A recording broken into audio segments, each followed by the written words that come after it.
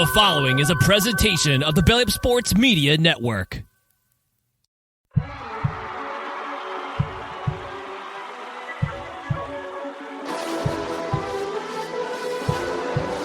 ball sends it over to Edward Robles. Go! Insert name FC!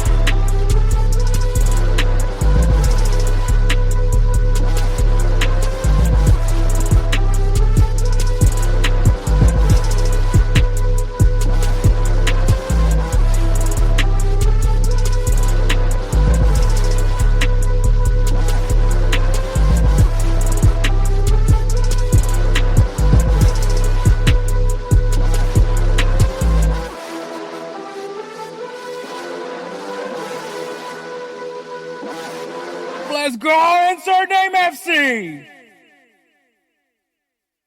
What's up, everybody? My name is Hector Flores, host of the Insert Name FC podcast, a member of the Belly Up Sports Media Network. You can find us on all things podcasting, Apple, Spotify, wherever you get your podcast fix from, you'll find us there at Insert Name FC.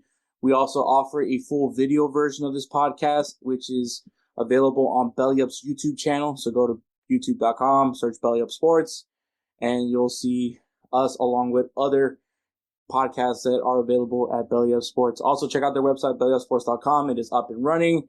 Blog posts are being dropped in, especially right now. You got the NBA playoffs going on, NHL playoffs. That's the big stuff coming out here in America. Obviously, the NFL draft just happened. Things like that. If you guys want to know everything that's going on with U.S. sports, check out Belly Up Sports. And, of course, find us, Insert Name FC, over there as well. This episode 216, Edward's back. This is my weekend with Edward. It's I guess it's my custody now that I have with Edward. But we have headlines. We talk about Liga MX and a lot of the heavy criticism that they're getting from within, and we'll talk about that.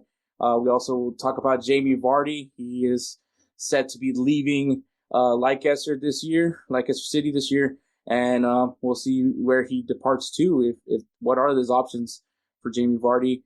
Bruce Arena yells at Cloud. We'll see what his thoughts are with the U.S. men's national team and feel if we agree with it or we don't. That's also going on. The Copa del Rey final happened. Barcelona won. I don't know what else you want me to say. But we break down the final, talk and share our thoughts on the ending and kind of the aftermath. Did one side was favored over the other, things like that. We'll talk about in that one as well. Give you guys our players of the week. Edward surprised me there. Did not expect him to want to keep pressing, but we did. Give you guys some games to watch this weekend and break this show up in a pretty little bow for you. So, yeah, that's pretty much it, man. So, yeah. Also, I don't know why I forgot this. Make sure you guys check us out on Instagram and X at InsertNameFC. Yeah, so you can see our posts and all that stuff as well. But yeah, so we're going to take a break and then we'll go right into headlines. Let me tell you guys about Belly Up Sports. Belly Up Sports is the internet sports bar. Go ahead and check out their website, www.bellyupsports.com, to read some great articles from great writers all across the country, from hockey, baseball, golf, soccer, you name it. Belly Up Sports is the premier, not your average website. All right, guys. So Edward's back. This is my week with Edward. I feel like I'm having a custody battle with you. You're having a custody battle with my kids. Ironic. Like, this is my weekend with Edward. It's like, this is my weekend with your dad. Like, that's gonna be like the reaction. Which is kind of funny because I already have been hijacked by your kids. Like, it was supposed to be my weekend, right? And I don't get a weekend back. Yeah, right. It's like, yeah, and then I think it was like what was it, last weekend or the weekend before that? Like, I think it was like when we had like 2 straight weekends because I had the kids that weekend too. Yeah. And then it was like yay. They were like yay, and I was like yay. And then they were like, I know you were like, man. you were like Amanda Bynes, man. Yeah, but yeah. We did something a little different for this episode because obviously you guys know whenever Edward's on, he usually has a certain player representing him. But being that, Barcelona did win their 32nd Copa del Rey, I I decided to go ahead and give you Lamine Yamal, but with the insert name FC logo over his face. So, Nice. so there you go. Oh, that's some Just for hoe. this week, just for That's this some week. hoe. That's some hoe. Then it's back to Timo Werner. I mean, Oh if Barcelona God. wins the Champions League and even La Liga, I'll probably do the same thing for you. Yeah. So to give you at least 1 week of not having to have Timo Werner, or at least not have to think of Timo Werner. And then for sure, we're gonna go ahead and talk about it. And just in case if you guys didn't know, we'll go ahead and let you, spoiler alert, So yeah, this will be a fun little podcast. But yeah, so Edward's back for this weekend. For this weekend, this is my weekend with him. His kids can't stop me today. By the way, just want to also congratulate Liverpool, Oh yeah, that's and right. Kelsey. Kelsey and So, Stuart Kavanaugh. Oh, Stewart, yeah. So Yeah, we're gonna congratulate them. yeah. Who Well would have played, thought? bro. First year away from Jurgen Klopp. Yeah, So, right. could you guys just Yeah. please do me a favor and just sign Trent Alexander-Arnold? I do not want this guy in Real Madrid. I'm sorry. I do not. Really? I feel Dude, like he is the he's a defensive liability. Why would I want him? uh, okay. Well, After look, what think just about, happened, okay, well, I mean, it wasn't defensive reasons why we lost, but but still, yeah. the guy's a liability. Like, we have too many defensive liabilities already as it is on this team.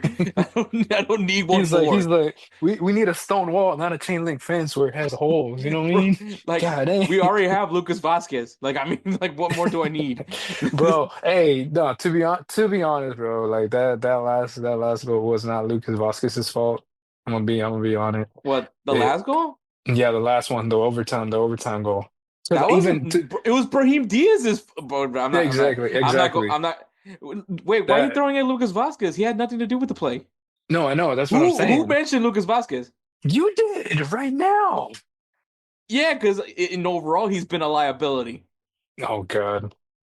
I've cursed his name Well, that plenty I of know times. you have, but still, I mean, I'm like, Like, it damn. And pisses then me off when I see him with the captain's armband. Like, I don't like it. Like, I know it's because Carvajal is injured. Like, and I mean, honestly, if Carvajal was there, I don't know. Hey, he probably would have got smoked by Yamal. I'm not gonna lie.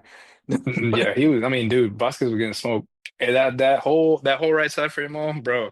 He was constantly, well, constantly just no, cutting through. Vasquez had Rafinha. Fran Garcia had Yamal. Even then, oh yeah, you're No, right. Fran Because did a good then, job. Hey, say what you want about Fran Garcia. I know a lot of people. He's not everybody's favorite left back, but I mean, like, I think he. I mean, yes. We'll talk about Copa. yeah, We we'll can talk either about it. you We'll want to talk talk about about Copa Rey right now, and then we'll just do headlines later. If that's the it. Let's do case. headlines first. Let's save Okay. the, Okay. the All best right. for last. You know what I mean? Save Okay. the All best for right. last. All right. All right. Yeah. So, because I'm boiling up just talking about it right now. Looking like a crawfish over there. Oh, Jesus Christ. Anyway, that's a little bit of an inside joke from something we were talking about before we started recording. um, but yeah, But yeah, so first headline is Liga MX, man. So there has been a lot of criticism. I mean, I think there's always been criticism of Liga MX. In general, I mean, I don't know how many times I've complained about it. Look, I love Liga MX. I think it's competitive, it's fun, um, very dramatic. Uh, the way I describe Liga MX is not like Salvadorian League is not anywhere close to the level of Liga MX, but when you watch like a Salvadorian League game, is football the word that you would use for it? No. It's not pretty. it's not. It's It's not. very It physical. a lot. It's physical. The physicality of it once, and then like the technical aspect of Like, for it. instance, Very rare. Very rare. a red in the Salvadoran league, a red card would be a warning. So, just to put you in hindsight, but is it fun? Amazingly fun. Like, I don't know how I don't know if Edward, I don't know when's the last time you watched a Salvadoran league game, but Ooh, it's been a minute. I was laughing the whole time. As a matter of fact, I think I was watching Alianza versus Aguila. Because with Fubo TV, it lets me watch some of the Salvadoran games Oh, from nice. time to time. And I was watching that game, and mind you, Aguila and Alianza specifically is like the best team in El Salvador. Aguila, I mean, they've won trophies here and there, and they have Darwin Set in right now on their team. But yeah, I remember watching F that game, and like, is it pretty? No, but it was very enjoyable. And as a matter of fact, I think there's got a guy on TikTok that he watches like Like he like picks a random country and he watches like a league match from that country. Which, by the way, amazing cable subscription if he has that. He has that ability to do that. But so he watched one. It was like two lower teams from the Salvadorian League, First Division. I just know that they have a pig for a logo, which that to me just is it's everything I want. Because it's belly up. Anyways, Yep. uh, but he watched the game. He said, "Was the football good? No," but he said he had the most fun watching the game because of just the just like the moments and when that goal did come, like it was like to him it was like just spectacular. So he really enjoyed the physicality and the comedy that does come from the Salvadoran Football League. Anyways, the reason why I said that is because Liga MX is a better quality game, but with that same physicality. Yeah, exactly. Like that's what I'm saying. The technical aspect of football is there.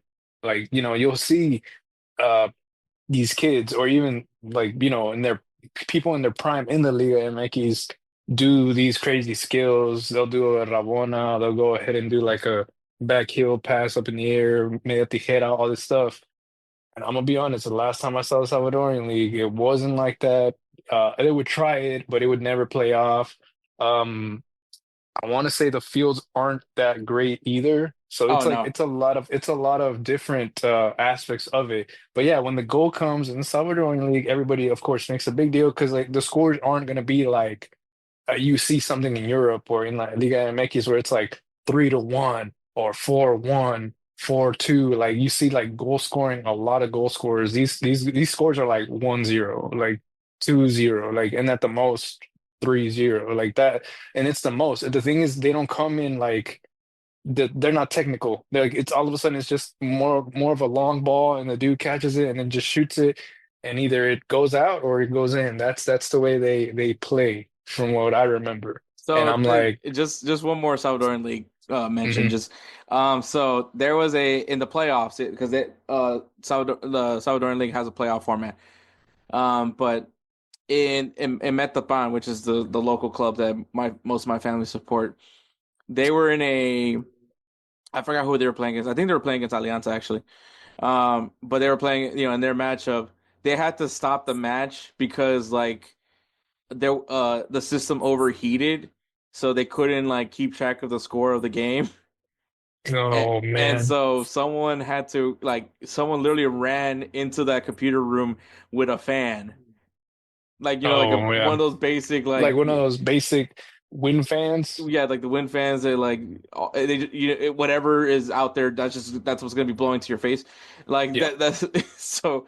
This guy runs out with the little fan, and it's like the generic one, like the white plastic one, the one that you can like add. You can has a setting where you can do it where it goes like left to right, left right to left, or it just stands still.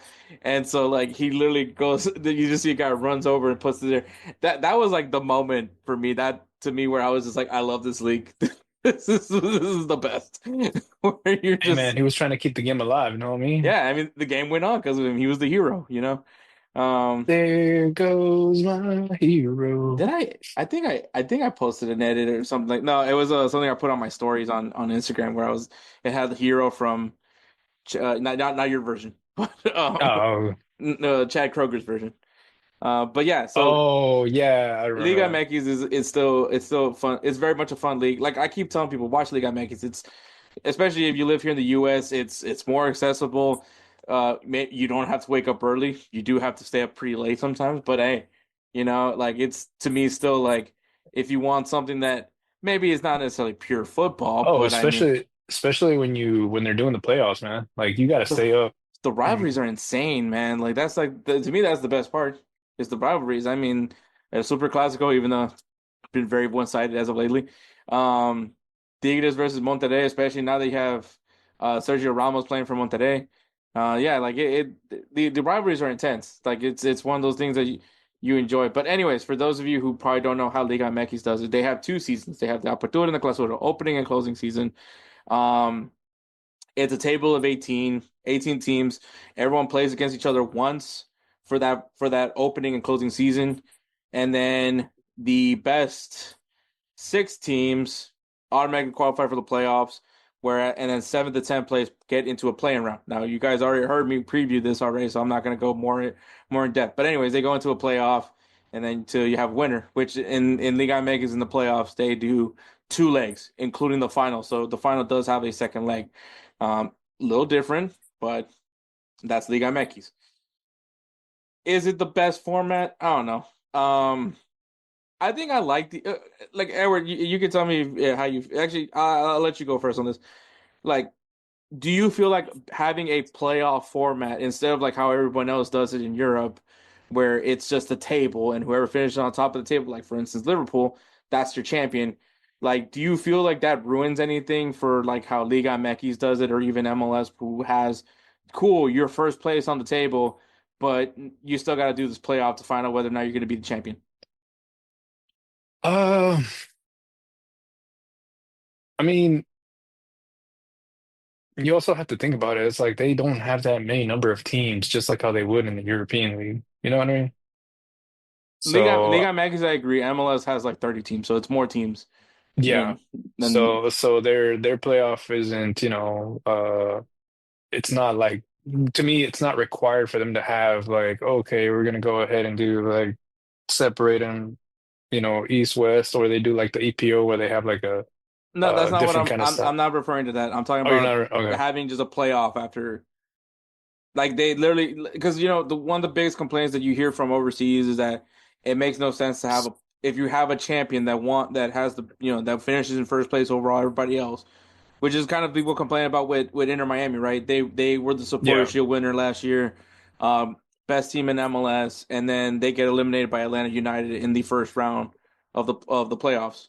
A very yeah, bad Atlanta United team, by the way. Um, I just like pointing that out. But like, and a lot of people came in defense of Inter Miami, like, no, they're the best team. They should be crowned the champions.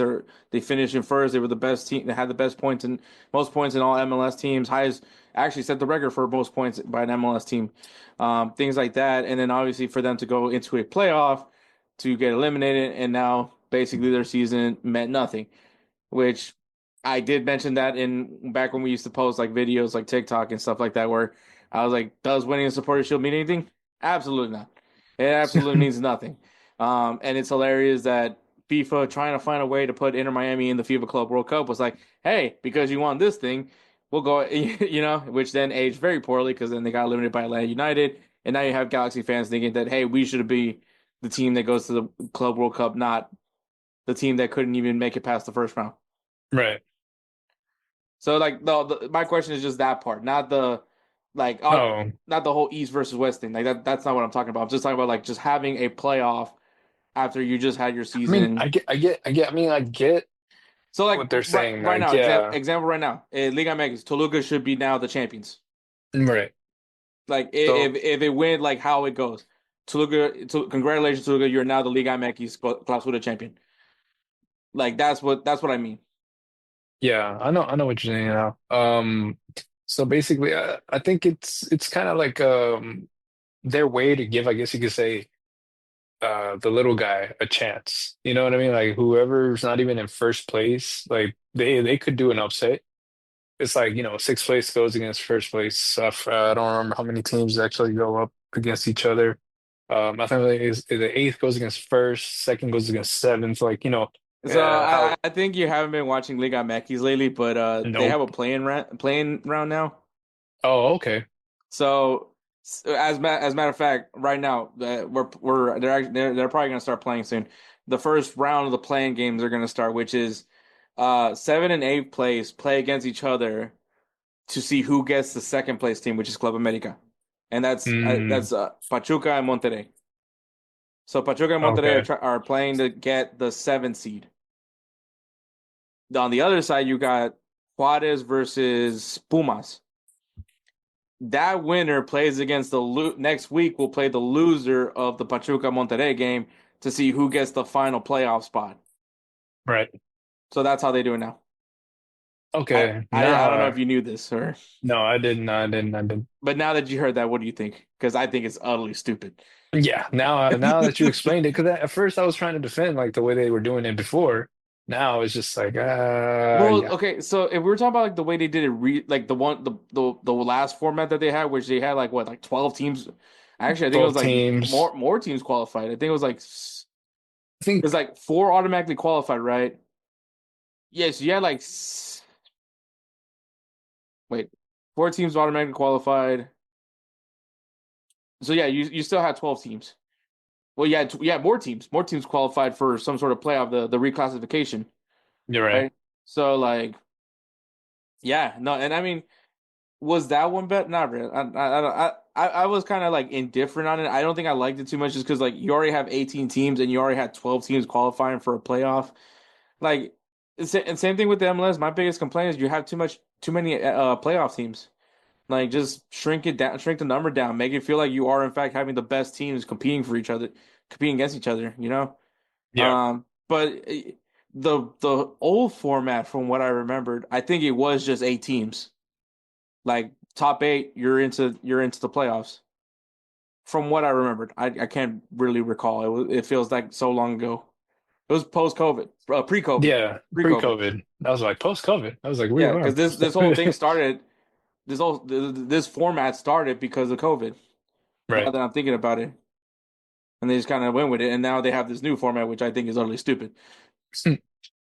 And I made the argument like, well, that team now that had to play, play against, the loser and the winner of that one game.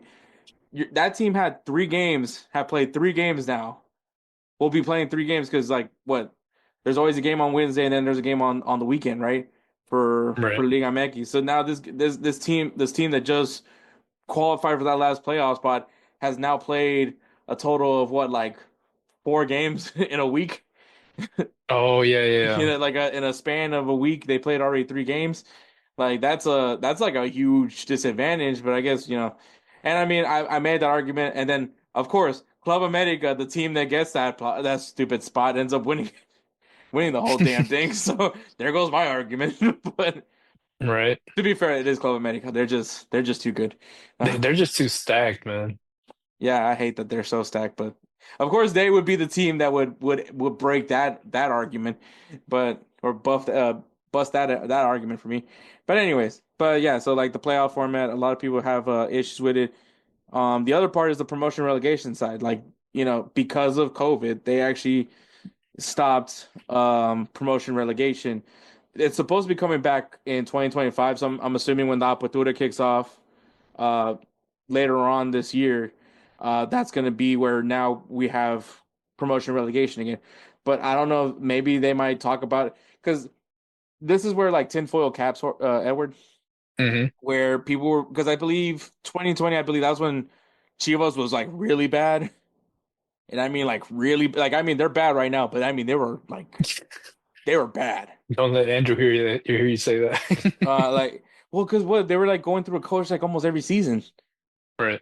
And so it was like it was getting pretty rough for, like, it wasn't until they got till they hired Almeida that things were Almeida? kind of, Oh, yeah. when That's when things got things like got a way little better. better. Yeah. And some people were like, "Oh, Chivas needs to stop just playing with Mexican players." Like, nah, keep that thing. Let them be that one. Like, like same thing with like Athletic Club Bilbao, that they only play with Basque players. Like, I think that's Yeah. cool. I mean, and clearly they're doing a good job. So like, if anything, Chivas just needs to step their game up. I don't know, maybe because I mean, one of the things that always had, what I always knew about Chivas was like they always had good players. They guys came out of their academy, and they always had a good group of players. Whether you thought about Bofa Batista and Palencia and Omar Bravo, and then you had Ramon Chicharito, Morales, yeah, Carlos Salcido. Yeah. and a lot of them represented Mexico. So Yep. like, well, I mean, obviously that's there's no other countries they can represent.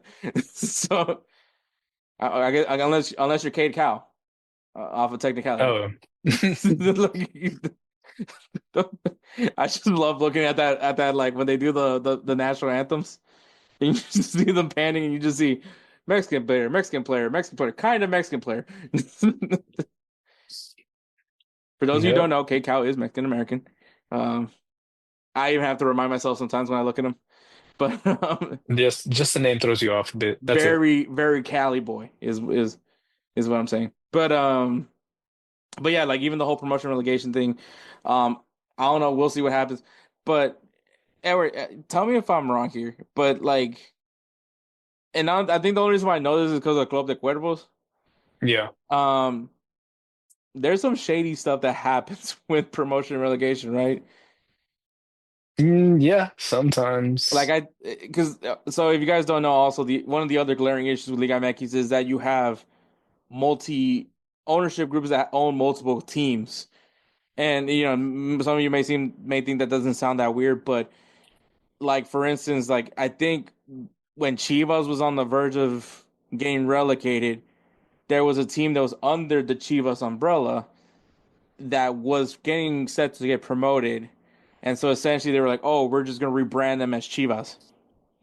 Or Oh yeah, something along yeah. those lines. I don't remember it perfectly. Like I said, Club de Cuervos was was literally like kind of like a good like a little history lesson on how some of the shady things. Like Liga MX isn't perfect. I'm just gonna point that out. Is it a fun league? Yes, but is it very uh Wishy-washy when it comes to that team corrupted? ownership Corrupted. stuff. I think that's the word I'm thinking of. Corrupted. Yes, definitely. Hmm. Wholeheartedly. It's not the worst thing in the world though. But Yeah. yeah, it gets pretty rough. But anyway, so Antonio Mohamed, who is currently the coach of Toluca, who is in first place, he went off on the whole thing. I'm not gonna say the whole quote, but essentially he was talking about how you know they need to start shrinking the number of playoff teams. Like he feels like 8 to 6 is like a good number.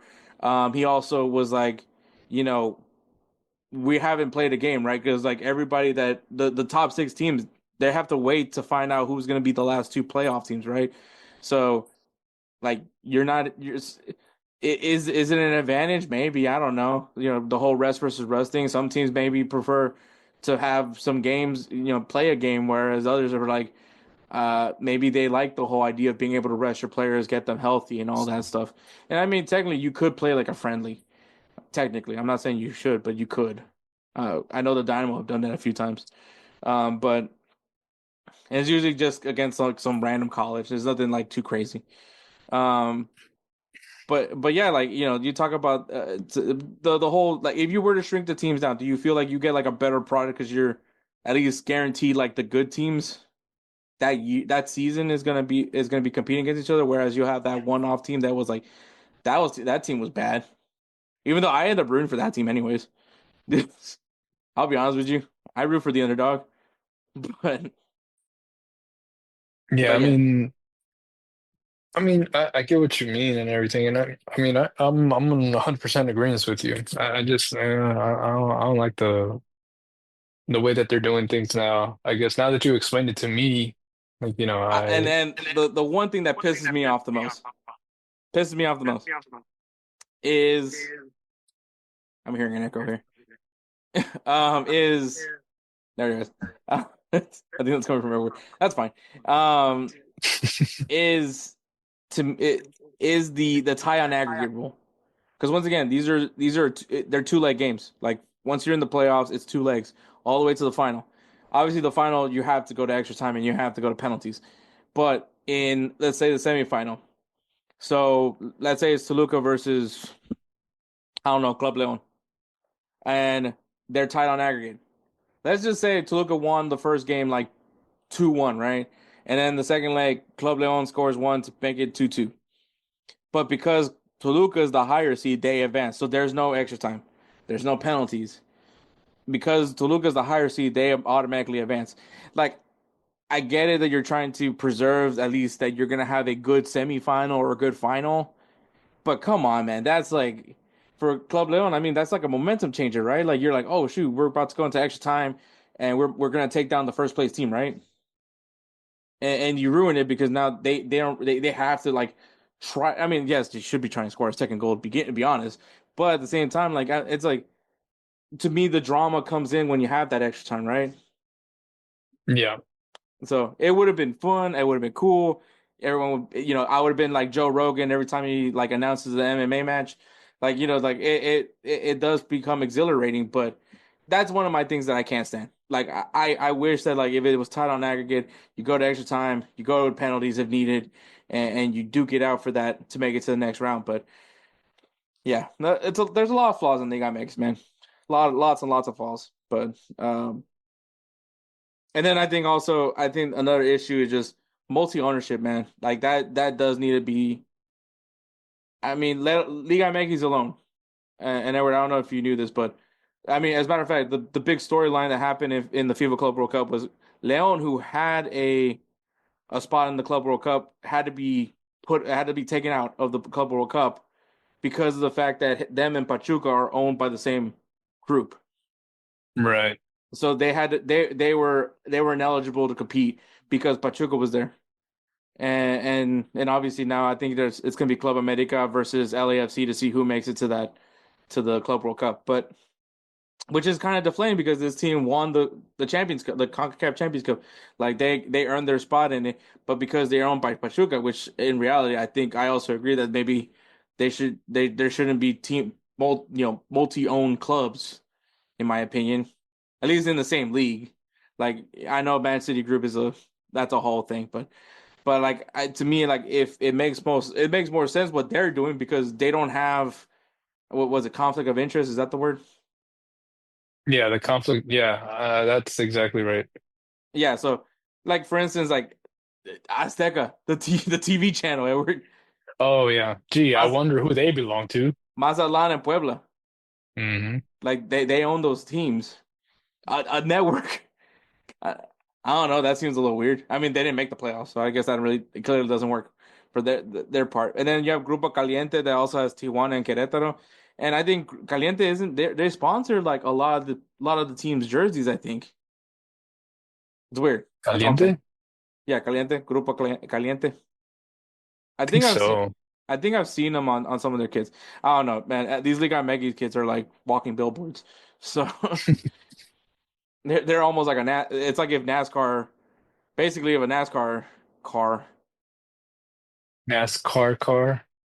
The cars from NASCAR. Like if you put that on, if you made that into a shirt, that's basically what these kids look like. With all the sponsors. But yeah, but obviously, so Apertura 2025. So in August, at least the promotion relegation should be addressed. But I mean, like you and me mentioned, Liga MX has been proven to be corrupted at times. Do you think Liga MX what do you see what do you see happening there? Because that's gonna be the first sign of change, right? At least that we're hoping that there could be some change. Where now we have promotion relegation. Now these teams in the second division now have their chance to go back into we can see Dorados again in Liga MX, maybe Veracruz, maybe um, FC Cancun, who's owned by who Jeff Lunau has ownership stake of. Like we can see them now in Liga MX. Like, do you feel like that would be the first sign of like something positive for Liga MX? Uh, I think that would be something positive. They start bringing in more. How do I say? Because only one I team think gets promoted, I think, from what I remember. I think only one team gets relegated and one team gets promoted in Liga MX. I don't think they relegate three. So, and if yeah. you're, and I think also because if people are wondering, well, if you have two seasons, how do you do that? Like it's literally the team that's the worst team. Like they Yeah. combine the scores and then whoever was like on the bottom, that's the team that gets relegated. So, but I do believe it's one team that gets relegated. I don't think they do multiple teams, Mm. which wouldn't be like I kind of I'm not gonna lie, I kind of do like how Bundesliga does it. Well, even Liga 1, how Bundesliga and Liga 1 do it, where if you do relegate three teams, but like that last, that like the not the worst team gets a chance to play in to like get back into the first division. Like I think that does. I think it's fun to me. I don't know about you, Edward, but a game where you're playing for your life, not A literally, game that I'm but playing for my life. not literally, but like playing for your chances to stay up on in the top flight. Like I think that's fun, but yeah, I mean, aside from promotion relegation, like I mean, if you were to redo the playoff format, how would you do it? Um, I mean, truthfully, I mean, maybe I would just go back to how it was, honestly. Like just Top recently. eight, Yeah. top Like eight. that, just top eight. Yeah. Like if there's a playing format like that, because I mean, like I said, it's like. There's not too many teams unless if they want to go ahead and start bringing in the newer teams, the second division teams up into the first division and actually make the league a little bit more bigger, then maybe everything will kind of change and start. They'll probably kill the playoff and then just start doing it how EPL, La Liga do it, you know?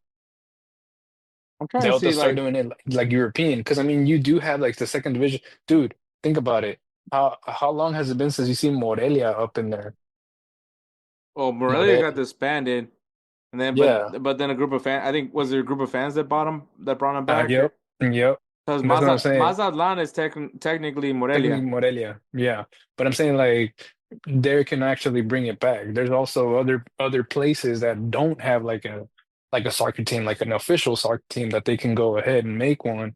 They do have the funds for it, but because of they are no longer bringing second division teams to the first division, maybe they could expand a bit more, just a little bit more.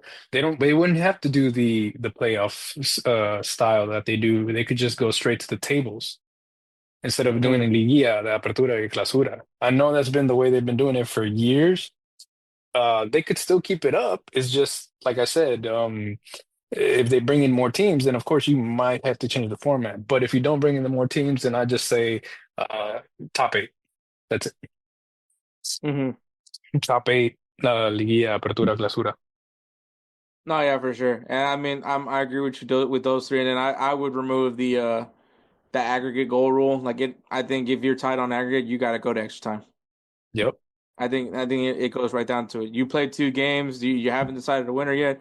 Go to extra time. It doesn't matter if you're the higher seeded team. Like if you can't get it done in regular time, then. But like oh no, man, I still enjoy Liga MX. Is there things that need to be fixed up? Yes, and I think that like for the sake of the Mexican national team, which I mean, Edward, you and me both talked about, Yep. it, it's not looking great. I mean, there's obviously they won the Nations League, and I'm not taking that away from them, but this is not something that I'm saying off of my opinion. This is actually literally like the opinions of everyone that I know that's Mexican that supports El Tri, and they talk about how they like there's just not a group of Mexican players because I feel like also there's a lot more international guys playing in Liga MX now. Yep. More than ever. The reason why maybe Chivas is uh ideology isn't working as much is because now other teams are going after these international players. I mean, look at Tigres. I mean, look at Club Dude. America. Yeah. Like these guys, go get guys from Argentina, go get guys from Brazil. I mean, a guy from France just said, "F it, I'm gonna move here." You know, Yep. and I mean, I think he's technically not Mexican. I think he actually got his citizenship. So I mean, he's been there for a while. yeah, dude, it's crazy how long he's been there. Like, I mean, I feel like since the podcast started, he's been living. No, even before then. Yeah, well, he was way before then. Yeah, yeah, because it was after the Euro that Ronaldo won, right? Yep. Yeah, that's when he. Yeah. Oh my God. The thing Yeah, about it, that means Ronaldo was still playing as a captain for Portugal, that's and insane. I think he was still playing for Yeah, no, because it was Juventus. it, it was like when that news dropped that he went to Tigres, because he was I think like a lot of people were like, oh, he's still like in the prime ages of a striker, for him to go play in Mexico, and I mean Yeah, in clearly it was 2015, bro. yeah 2015. 10 years. Oh yeah, so it's been 10 years. 10 years, dude. 10 years he's been living in Mexico and he picked up everything. I mean the dude speaks his Spanish is very Mexican too, by the way. So I mean, Yahweh, ya no. bro, I love that man. Yeah, it's a fun league, but yeah, like I think also kind of I think if that ends up working, it's gonna help the Mexican national team. Um, because I don't know, man, like it's been weird to me. Like I haven't really felt like there's like any young Mexican players that really jump off the board. I mean, besides Marcel Ruiz, I think Marcel Ruiz, which don't know why he doesn't get called up, if you ask me. Mm, But like he's pretty good. I'm curious as to what happened with what's his name, Flores. oh yeah. Like what happened to him? Linus, He's I on. mean, Yeah. Linus, there was Oh so yeah. much conversations about There him. was so much him. There was stuff about him being like the Mexican Messi because of his Yeah, dribbling and all that's that that stuff. was the kiss of death. I think that's probably Hmm. where that ended for him. But yeah, like I mean, it's just like we don't. There's not like any young names. I mean, there's still names. I mean, you got what was it Johan Vasquez, right? Who's Yeah, I right now think so. who's playing in the Serie A. He's still doing fairly well for himself. But I just like Liga MX just needs to keep developing Mexican players. I think that's just your league should be your home league should be the one producing the The players. teams, the players. Yeah, like I mean, yes, if they go overseas and they play overseas, that's fine. That's just another part of the next process of the development. But like all the young Mexican players we need to be like, oh shoot, there's this one kid, you know. Yep. So that needs to be on Liga MX's part. So I think also another a little bit about that, man, because I mean, you know, as much as I clown about Mexico, as much as it just goes back to the rivalry with USA and Mexico, and maybe a little bit of El Salvador, but I think that's more one sided to the other. But I mean, to be honest, true. But I think it just iron sharpens iron, right? If Mexico's good, the USA can only get better, right? Same thing with Canada and all that. Like when these teams are both at their best, you get good quality Yeah, finals. because remember the rivalry always used to be, U.S. Mexico. And then we at a certain point we ended up getting uh U.S. versus Canada, but it was like recent, in recent years. Hmm It's always been El 2-0. It's always been, uh, I mean, whenever, how many times people are going to replay Gio Dos Santos' goal over Tim Howard? yeah. You know, And I mean, think about it. That's Gio Dos Santos, not even Jonathan Dos Santos, Gio Dos Santos. Like that's a while back. that's his story needs to be observed. Well, think about it too this way. They were saying that he was going to be the next Ronaldinho when he was in Barca. Well, because what Gio and Jonathan are both like Brazilian Mexican, right? Mexican Brazilian, something like that. Yeah, yeah. And yeah, I mean, But like the thing is, like, the only one that both stayed at Barcelona was Jonathan. Jonathan. But the Well, because thing I is I because think He and went to Tottenham at that point, I think. yeah, I mean for any L3 fans there or any Giovanni Dos Santos fans, correct me if I'm wrong, but yeah, I think in Barcelona the only issue was that he just didn't have he there was like no spot for him, to Right. overtake at least at that time, and he wanted to be playing, and I think that's when the move to Tottenham happened, which I mean it's Tottenham, it's a dumpster fire over there, so you know, good luck on that part. But then I think then he went to Villarreal. Then he went Oh to yeah, yeah, yeah. Villarreal for a bit, and I don't remember when was what if he was with one more team before he went to the LA Galaxy, and then obviously then finished it Didn't up in America. right. And I don't know what he's doing now, but I know Jonathan's still with America. Um, he did follow his brother to LA Galaxy. I do remember that. Yeah. And then obviously then followed him to America, or maybe probably the other way around. Anyways, not important to the whole thing, but but yeah. So hopefully Liga MX gets better. Um, yeah, I think 2025. If I could also see where they just like, hey, we're gonna push this back another year of the whole promotion relegation thing. I Yeah. can see that happen. But like I think the important thing to mention also from Antonio Mohamed when he was talking about it, because okay, I'll finish this whole thing with this quote. Every day we're becoming more and more like the league up north. Obviously, he's referring to MLS. There's no Right. relegation. There's nothing. Everything's too similar. I think differently. 6 teams should qualify, or 8 at most, not 10. And having to wait 15 to 18 days to play again, it's not serious. But well, I'm sure they're thought about that in detail. Like the only reason why I'm pointing that probably like the second the other part of the whole game thing probably wasn't necessary. But Liga MX is like these guys are like, hey, I don't want to be another MLS Yeah. you know, and there, even right now with the whole thing that's going on with Major League Soccer, where you got USL showing that hey, we're gonna if they don't want to do a promotion relegation, we're gonna do it, and we'll see where the alliance falls.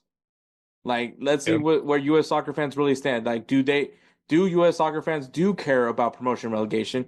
Well, here is your chance to see if you really are all in for promotion relegation. And so, and I will say, if USL proves the MLS wrong that fans do care about promotion and relegation, and that you still have that fandom despite they get relegated or anything like that. I think that that's going to be where it's going to force MLS's hand to either start their own system or buy USL, which is probably the most logical thing to do. Buy USL, and now you have your triangle, your pyramid, your Right. pathway, and now you have this system where you have all the leagues and all these teams across the US, and maybe that improves US soccer. There's a whole other things that need to improve.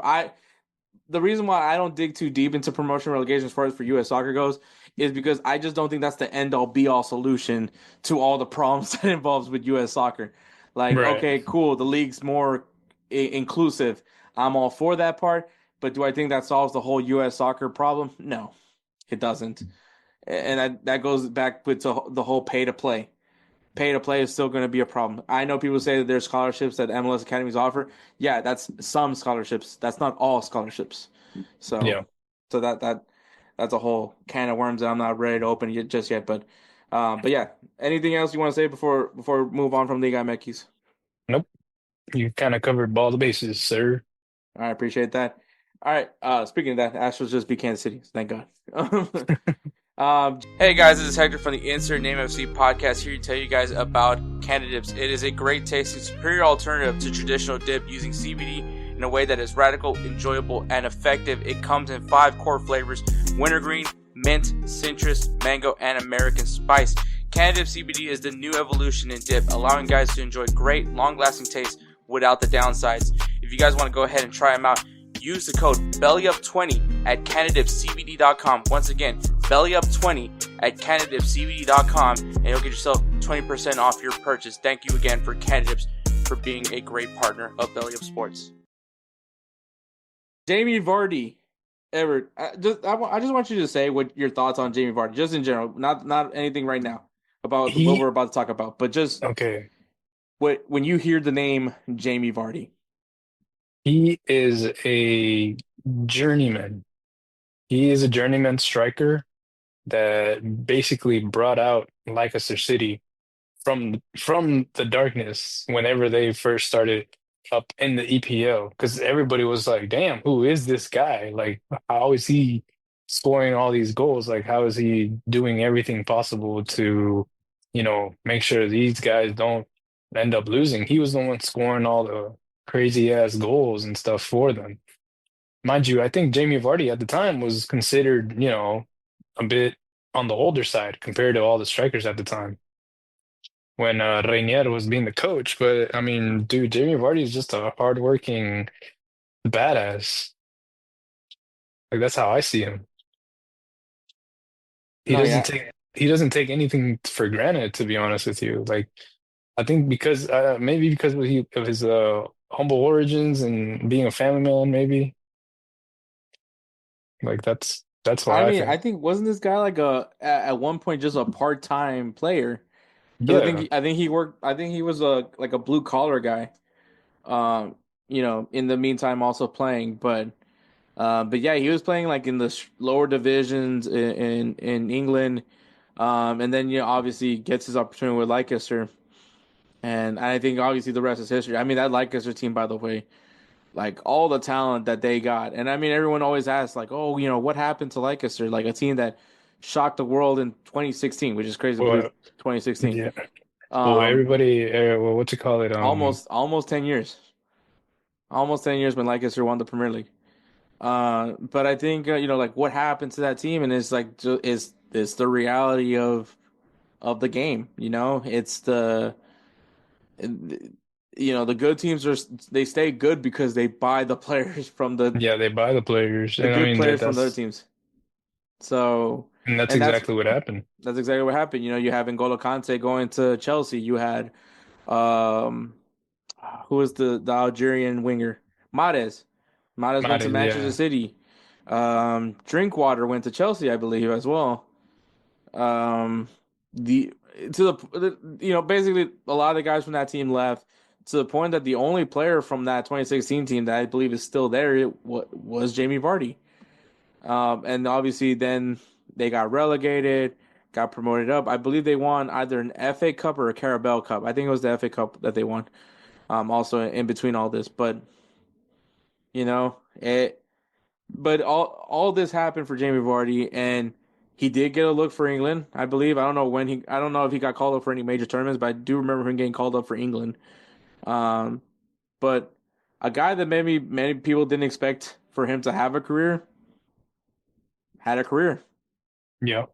and I think that's like the best part of all this whole story. But anyways, the whole thing with Jamie Vardy will be that the Leicester legend. I think it's fair to call him a legend, right? Yep. I He's agree. he will not be returning to Leicester this year. Leicester will be relegated once again to the championship. Um, and he is looking to go elsewhere. Also, he this is a quote he left on his to announce that he will not be returning to Leicester. By the way, at this point, I don't even know what to say. No words I have can ever express my feelings of anger and sadness with the way the season has gone. There are no excuses. Collectively, as players and as a club, we failed. There is simply no hiding, and I refuse to entertain any suggestions of doing so. Having been at this club for so long, we've experienced so many highs and successes, and this season will be nothing but miserable, and for me personally, a total embarrassment. It hurts, and I know you're feeling it too. To be fans, I'm sorry. Sorry we haven't performed, and sorry we end the 2025 season with such a shit show. Sorry, Kelsey, was a quote. But yeah, I mean, if you say that, there's no way you're coming back. Gang, just gonna. But I mean, fair point, right? Fair point. And I think that's another part about Jamie Vardy. He's honest. He He's always doesn't. blunt. He's blunt. He's upfront. He's not gonna hide. He's not gonna shy away from, you know, any insults that are taken to him. Yeah, exactly. And I think he said it best. He's just like, look, we just didn't live up to expectation. Which the expectation was just to stay in the Premier League. Yep. But yeah, it was not a great performance. I mean, to be fair though, at least it wasn't Southampton, but Right. because that was bad. But but regardless, they're getting relegated along.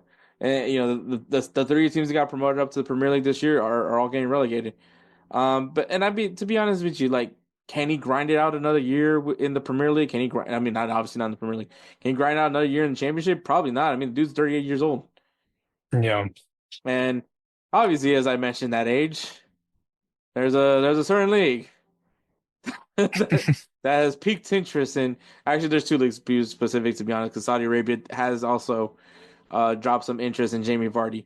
But also MLS, you know, this obviously doesn't help the argument of that we're not a retirement league. So, but Yep. I mean, hey, Olivier Giroud, what? He's on the verge of being 40. So, and Messi, he's also at the verge of being 40. Yep. Um, Suarez, he's pretty old. Yeah. He's old, but I mean, he's feeling it though. Sergio Busquets, I mean, he's no spring chicken. Jordi Alba, Thomas Mueller apparently wants to come to the MLS too. So, Marco Reus, He's Marco Rose, yeah, he's here. yeah. So, yeah, we're Kevin De Bruyne apparently is coming too. Apparently. Yeah, then probably we're gonna keep going with this whole retirement league talk. Anyways, so there is some MLS teams that are interested in Jamie Vardy. I think what this year I think Jamie Vardy I don't think he started all the games. I think he came off the bench uh Yeah. for some matches. I'm sure he started some matches, but I think he came off the bench for most of them. So I mean, like I said, no spring chicken. So why is that an analogy, by the way? I've been watching like a lot of TikToks of of people from like England that are like intrigued by like some of the sayings that Americans have, and like with that saying that he's no spring chicken, like You're like trying to figure out what does that mean? like spring Is chicken. that does that mean that like it's a chicken that's born in the spring and it's That's like what I'm assuming that's what they mean, but like or a or like spring chicken, chickens brand who new jump a chicken. lot? Yeah, chickens who jump a lot maybe. Yeah, we have a lot of sayings that I never understood. Apparently, English people never knew about smelling rain. I Smelling rain? you've never like, yeah, it's gonna rain. I mean, I heard the whole. I You can never feel it in my smelled rain bones. before? I mean, if you mean humidity, yeah, I have. Like it starts raining, you don't smell Smells the like rain? rain. Yeah. Yeah, it smells like rain. Apparently they don't that they've never known that was a thing. Hmm. There's a video of a guy that just like, Americans, I finally done it. I can smell the rain. He's like, I get it now. This dude. It was I was like, I'm proud of you, buddy. But anyways, You're like, welcome to America. so obviously Saudi Arabia, if they were to drop a bag on him, I mean, I wouldn't say no. You wouldn't be surprised. I wouldn't be shocked. I mean, shoot, Saudi Arabia, if you want to pay me to like your league, I'll do it. So best Damn. best league in the world, some may say. They're not. Absolutely not. Also, I don't know how they feel about me. But anyways, but obviously with the whole MLS thing, like, is there teams that would fit to what Jamie Vardy can provide? Which, I mean, the guy can still be a spark up top. I think for MLS he could be a starter. Maybe not every game, but he could, kind of similar to what his role was with Leicester this past year. Um, so I thought of some teams. I actually get Edward sees the list of teams that I brought up, but I'm only mentioning three. All right. Yep. So Galaxy's a clear, obvious one, even though they're not doing so well. I think they're still looking for a win after winning the MLS Cup last season. Um, the team has just been in complete disarray. But I mean, getting a 9 could probably help them maybe get a shot in the wild card. Um, the other team is the team that got their first loss against Inter Miami, who Inter Miami, by the way, is still undefeated, I believe, in MLS, and that's the Columbus Crew. And I've mentioned it plenty of times that this team needs a 9. I mean, why not go get Jamie Vardy, right? Right. And also, I don't think he's like it. I think the thing that is interesting about Jamie Vardy, and I'm just gonna point this out. I think he is high profile to some extent. Edward, you Hmm. can try to disagree with me if you want when I say this. I No, don't but think I don't think he's gonna be as expensive enough that he would have to be a designated player. Like, I think you can get away with signing him as just a like under your salary cap. Like, I don't think it's gonna be too expensive. You may be right about that, actually. Uh, I'm in agreement with you on that because he first of all, he's not like the only championship that he has is with Leicester City. Hmm. And even after all this time, he doesn't Well, have he anything also got the else. FA Cup. Oh yeah, the FA Cup. Yeah, but I mean that's been a while ago. Yeah. So yeah, I mean no disrespect to him at all. It's like if anything, he's an inspiration to journeyman soccer players and everywhere. Because like Hmm. that's the dream. That's the goal, Hmm. you know? So it's just we just don't see it.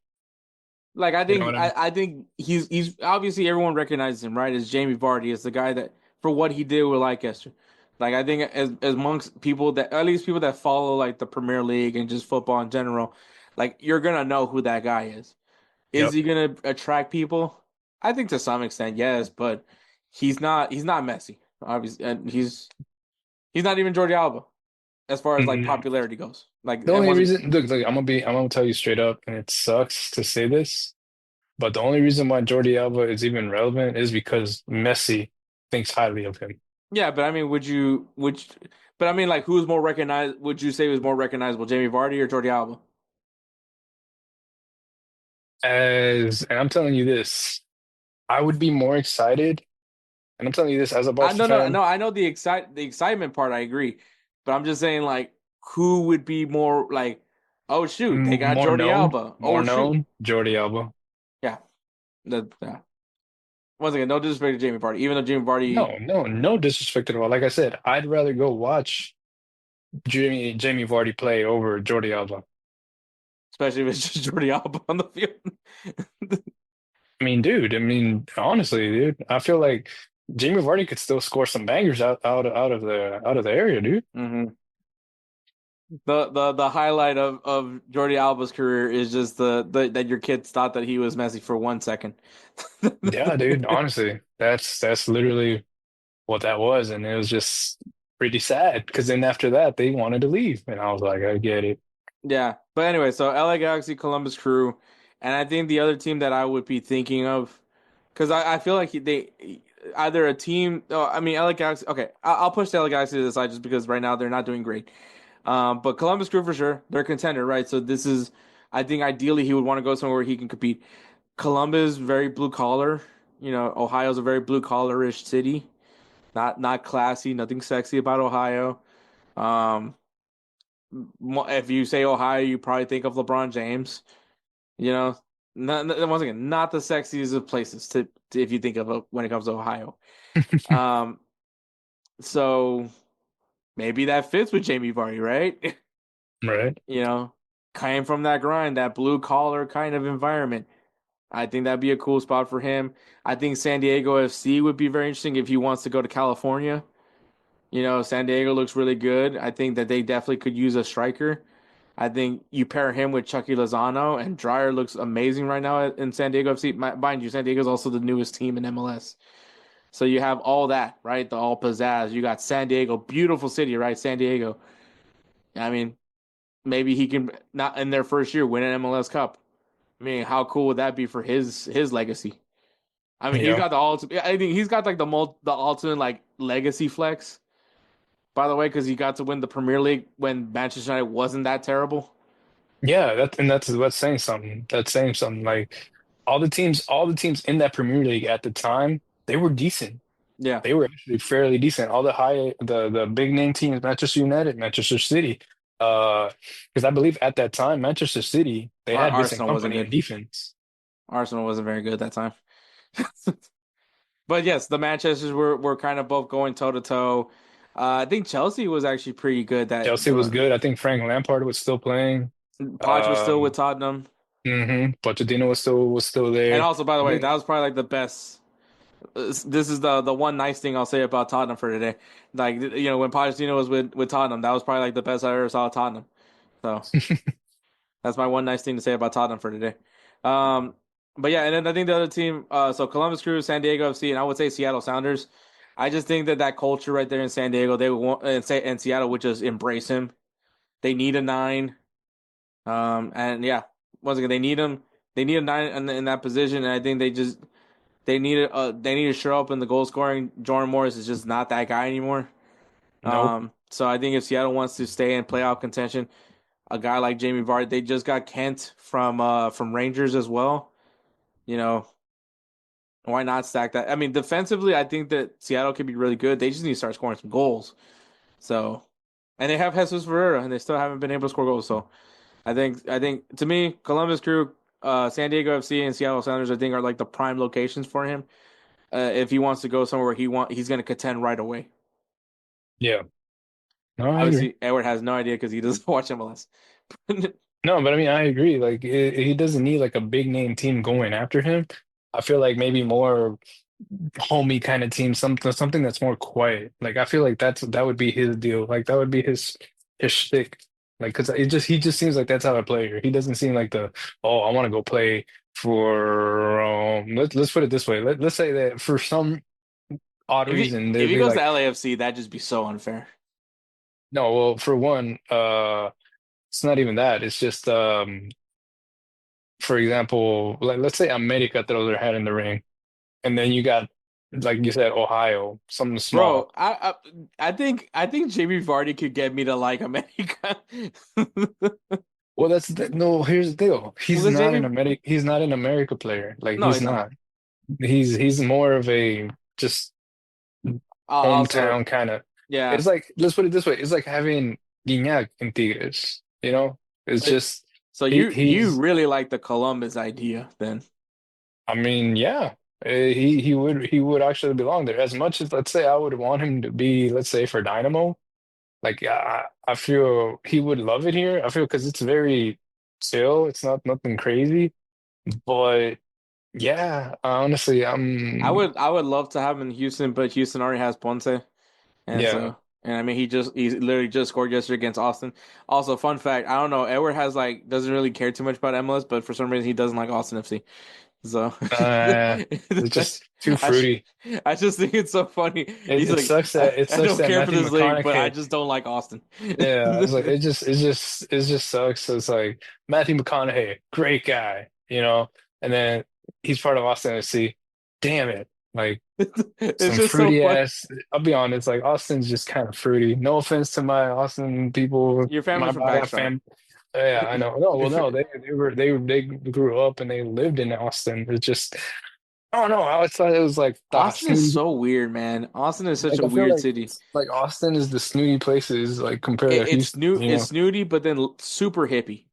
Yeah, There's no in between. can't do it. It's either you're a politician or you're super liberal, like, and not Like that nope. kind, not the political liberal. Like, I No, mean, nah, no, nah. yeah, like there's no in between. Like, it's either that, either you wear a suit, whether you wear a suit to work or you're in flip flops. So Weird. it's this weird city. Good barbecue though. Yeah. Yep, really good barbecue. But yeah, man, Jamie Vardy, I do love the Columbus Crew idea. I think also Columbus Crew has like arguably, I think, the best football coach. I say football because it is football manager in MLS, and that's Wilfred Nancy. The dude is just, I just love hearing him talk. Like, I just love hearing him talk football. Like, it's one of those things that like you can, it's a proper manager, Edward. Like, honestly, Edward, like I would say, like I know you're not a real big fan of MLS, but if you ever get a chance just to watch a Columbus Crew game, I think that would probably be like, wow, they actually are playing like fluid, not dribbling. Obviously, I know you're a dribbler guy, but when I feel like if you were to watch Columbus Crew, and I mean, yeah, they lost 1-0 to Inter Miami, by the way. So I don't know. I'm not saying Edward would be a Columbus Crew fan. I'm just saying he would be able to be like, I like Wilfred Nancy, is what I'm saying. Because I like Wilfred Nancy. Dude doesn't have a Oh, 9 and still finds a way to win games. That should he tell you has a everything. he's like he has a in between. He's a 9.5 or 9 3/4. Dude, it's crazy, man. Like, because I've been complaining about this on Wake Up MLS. Like, oh, Columbus doesn't have a 9. I'm not really sold on this Columbus team because they don't have a 9. And I mean, they were undefeated until they lost to Inter Miami. So, what do I know? Like, so. Right? But yeah, but going from one proper football manager to soccer coach extraordinaire Bruce Arena. Um, yeah, so the former U.S. men's national team and current San Jose coach shared his thoughts of U.S. soccer as a whole, at the current state of U.S. soccer. If you guys don't recall, U.S. men's national team had like probably the most embarrassing CONCACAF Nations League performance of all time. And I mean, mind you, this tournament's only like 4 years old. But they did lose to Panama yet again. I think this is now their third straight loss to Panama in a competitive match. And then obviously, then on top of that, they lose to Canada in the third place game. Damn. So in case you guys didn't remember, guys, you guys haven't listened to many of these episodes where I've complained about how that team performed in that Nations League. And apparently, Edward did not pay attention to it either because I guess, this is news to him. It's more of like, yeah, yeah, yeah. But yeah, so Bruce. So if you guys don't know, Landon Donovan and Tim Howard have a podcast together. It's the Unfiltered. I don't know what the fuck they call I'm it. surprised that you said Landon Donovan's name without some hate in your voice. I mean, I think at this point everybody knows I can't stand Landon Donovan. Screw that guy. You happy, It's Kelsey? just Kelsey, I didn't say a bad word yet. All right, screw you. Screw him. All right. But yeah, so he goes on their podcast, and obviously, for obvious reasons, because Bruce Arena was their coach at least twice in two different instances for the U.S. men's national team. And obviously also a really good MLS coach. Like, obviously, if you think of Bruce Arena, you think of his time with the DC, with his first stint with DC United, where they were dominant. And then obviously then went to the LA, coached the U.S. men's national team. Then came back, coached LA Galaxy, made them a championship team as well. Then went back to coach the U.S. men's national team after Jurgen Klinsmann got fired. Um, and then came back, had New England looked like they were going to do something, but then something happened. Some sort of scandal, I believe, happened. And so then he was let go from New England, and now he's with San Jose, which right now they look like they might do something this year, which is says a lot because San Jose has been terrible for so many years. But anyways, he goes on to their podcast and he talks about shares his thoughts on the whole current U.S. men's national team. And I mean, this current U.S. men's national team has been so I don't want to say contradicting or anything that it's conflicting, right? You don't know how you feel about the team. Many agree that this is probably the most talented group of players that the U.S. men's national team has ever had Yeah. in years. But they don't play really well, if that makes any sense. Because you have, like, and I think once again, it's cool seeing these guys saying that they are playing for clubs like Juventus, playing for AC Milan, playing for Borussia Dortmund, able to say they play in the Premier League, you know, some of the best players in the Eredivisie. All these things are cool things to highlight. But when you're not able to do it in the international stage, and I hate saying this, Edward, but going up against teams that you should beat. I hate saying that because I hate saying that you should beat Panama. Because if you should beat Panama, you would be beating Panama. Yeah. You know? If you should be beating Canada, but you don't beat Canada. I mean, to be Weirdly fair, enough, they could beat Mexico. And Mexico beats everybody else, but yeah, no, it's a weird thing. I hate the phrase saying you should beat Panama because in reality, if you should beat them, then you would beat them. And as of lately, clearly you have not been able to. So either that tells me two things: one, Panama's gone better, which probably there's some truth behind that one, and secondly, your the U.S. men's national team is just mid. I don't want to say bad. I'm damn. gonna say mid. Oh, I thought Um, you were about to say dog water. I contemplated on that one. I contemplated on that I, one. I literally, I could have sworn, but okay. I was gonna say cheeks also. I was thinking. I was Cheeks? thinking. Ooh. I was gonna say cheeks. They're not playing well. They're not fluid. They're not aggressive. At this point, I'm reiterating every complaint that I've had so far. but but yes, they have not been great. Those performances, the game against Panama was very overwhelming. Overwhelming is another word. Overwhelming is probably the best word to use. Um, Yep. and they're just not being aggressive in the final third.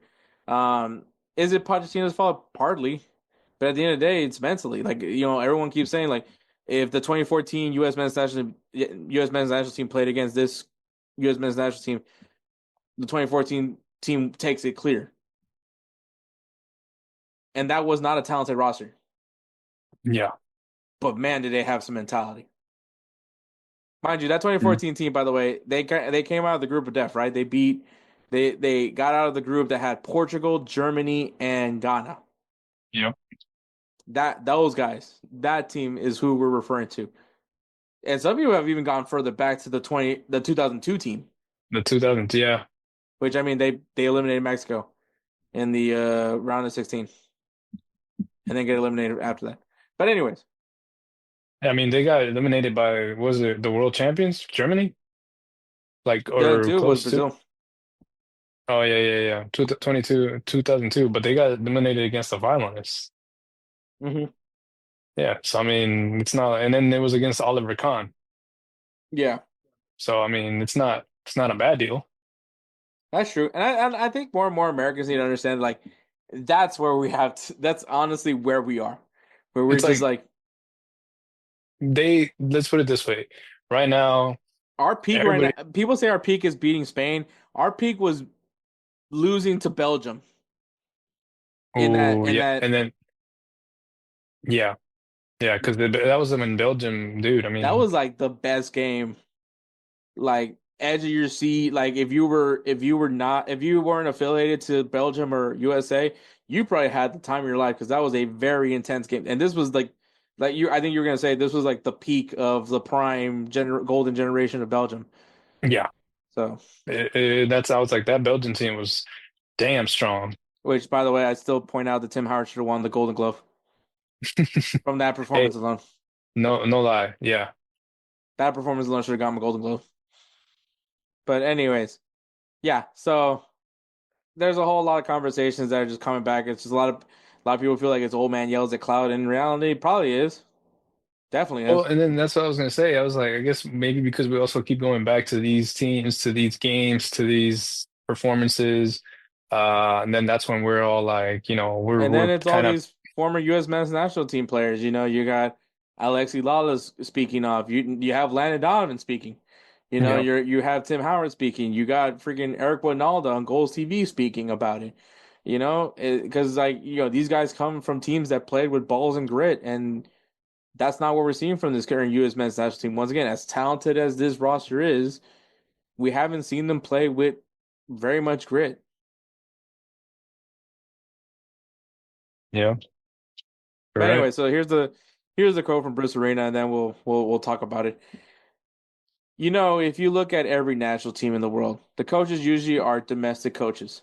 And I think when you have coaches that don't know our culture, our environment, and our players, it's hard. I'm sure our coach, Pochettino, is a very good coach. But coaching international football is different than club football. It's a completely different job. And I think when you're a national team coach, you need to know your environment. You need to know your animals, the animals you coach, and we're lacking that.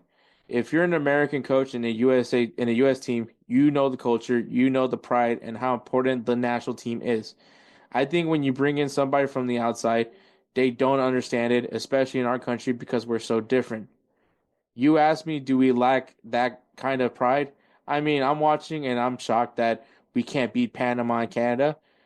It was shocking to me, and I don't want to be disrespectful as I want them to do great in the World Cup, but we only have a year left now. Time is running out and they got to get going.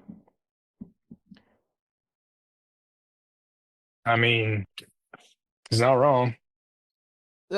I hear him when he mentions that. Like, I'm trying to think of like World Cup winning teams who had coaches that weren't from that country.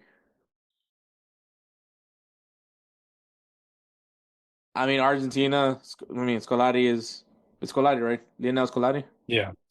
Yeah, Scolari, obviously Argentinian. Um, France. Yeah, he's French.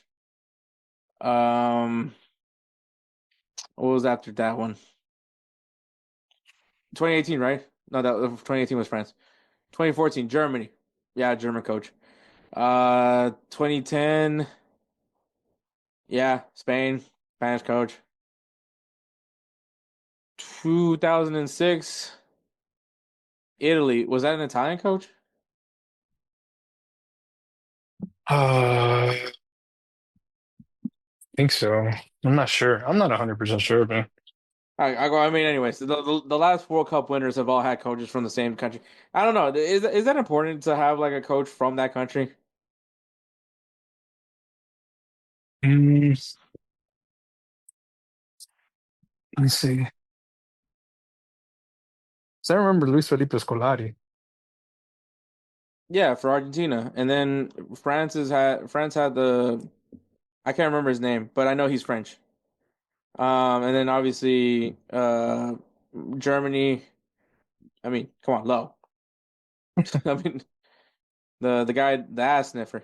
So I mean, yeah, he the ball sniffer as well.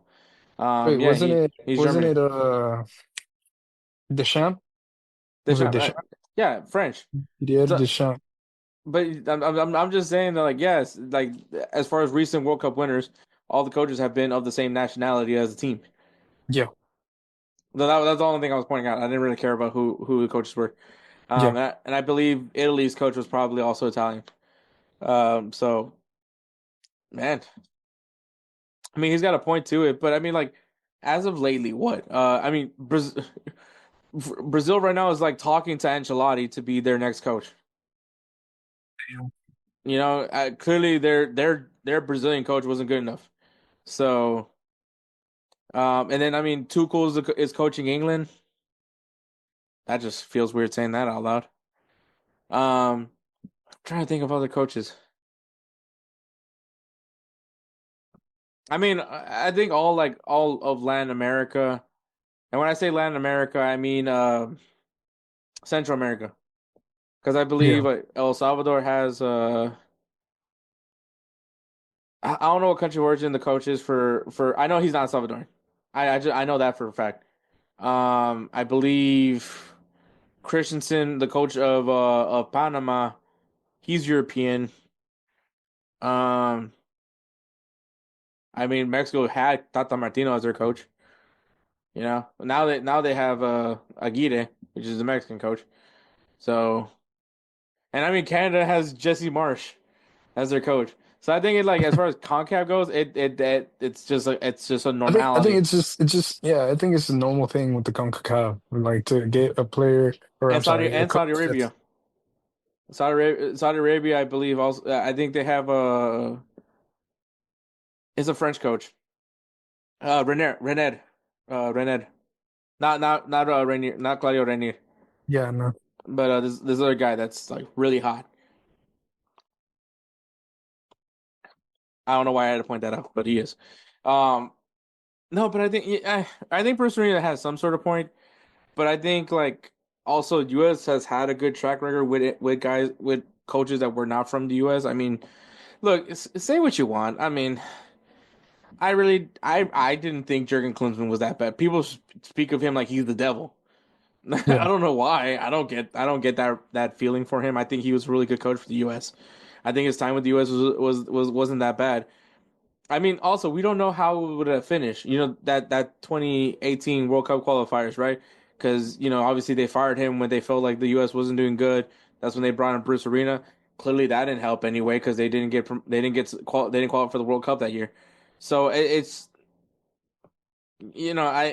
I don't know I don't know if I would have let Jurgen Klinsmann finish the job off. But you never know, right? You're never gonna have that answer because you fired Jurgen Klinsmann. You didn't give him a chance to really turn him around.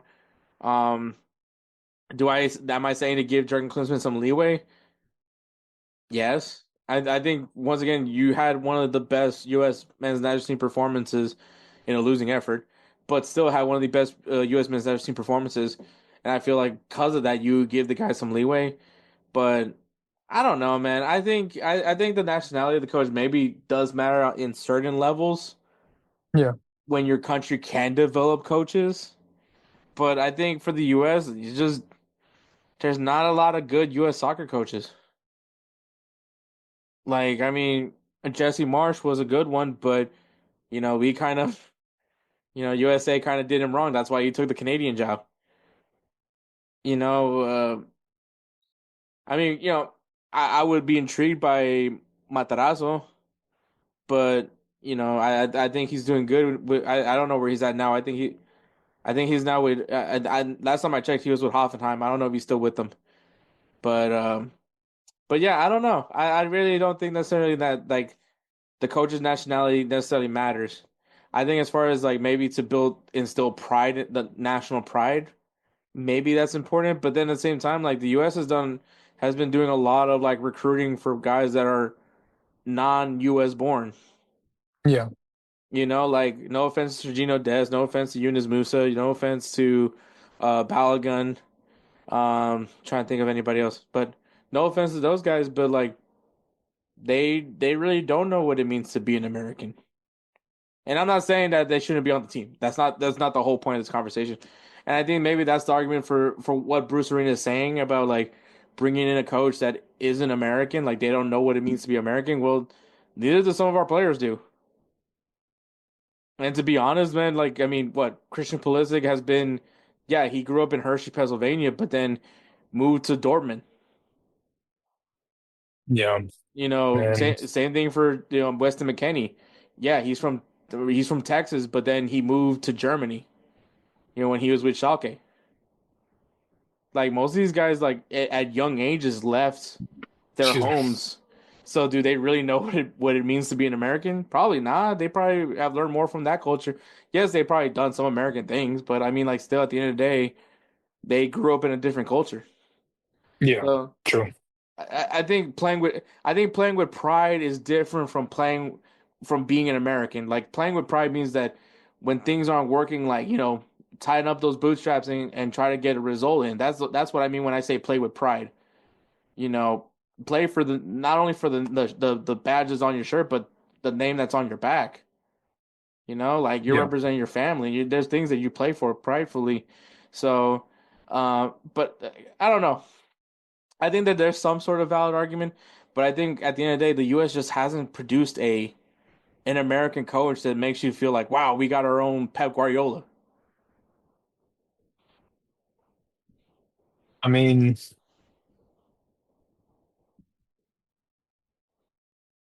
I don't know. Look, if you disagree with me, disagree with me. If not, it's cool. No, it's because I'm trying to think who would make, like, I've been thinking this whole time, like, honestly, like, you've been talking about this and you kind of got me pondering and thinking, and I'm overthinking it. It's like, who would be a U.S. men's national coach that would be of U.S. nationality that I feel would be the ones to actually give this team the grit to make them dogs again? Because I'm not going to tell you like that this team that played against Panama, that team that they played against Mexico, that they're oh man, they were dogging, they were hardcore, they were this, they were that. Like they played it to the level that they felt comfortable in, and then they didn't actually, push themselves out of that comfort zone. That's how I feel. So now I'm like thinking, I'm like, man, I was like, I was thinking maybe I've never seen this.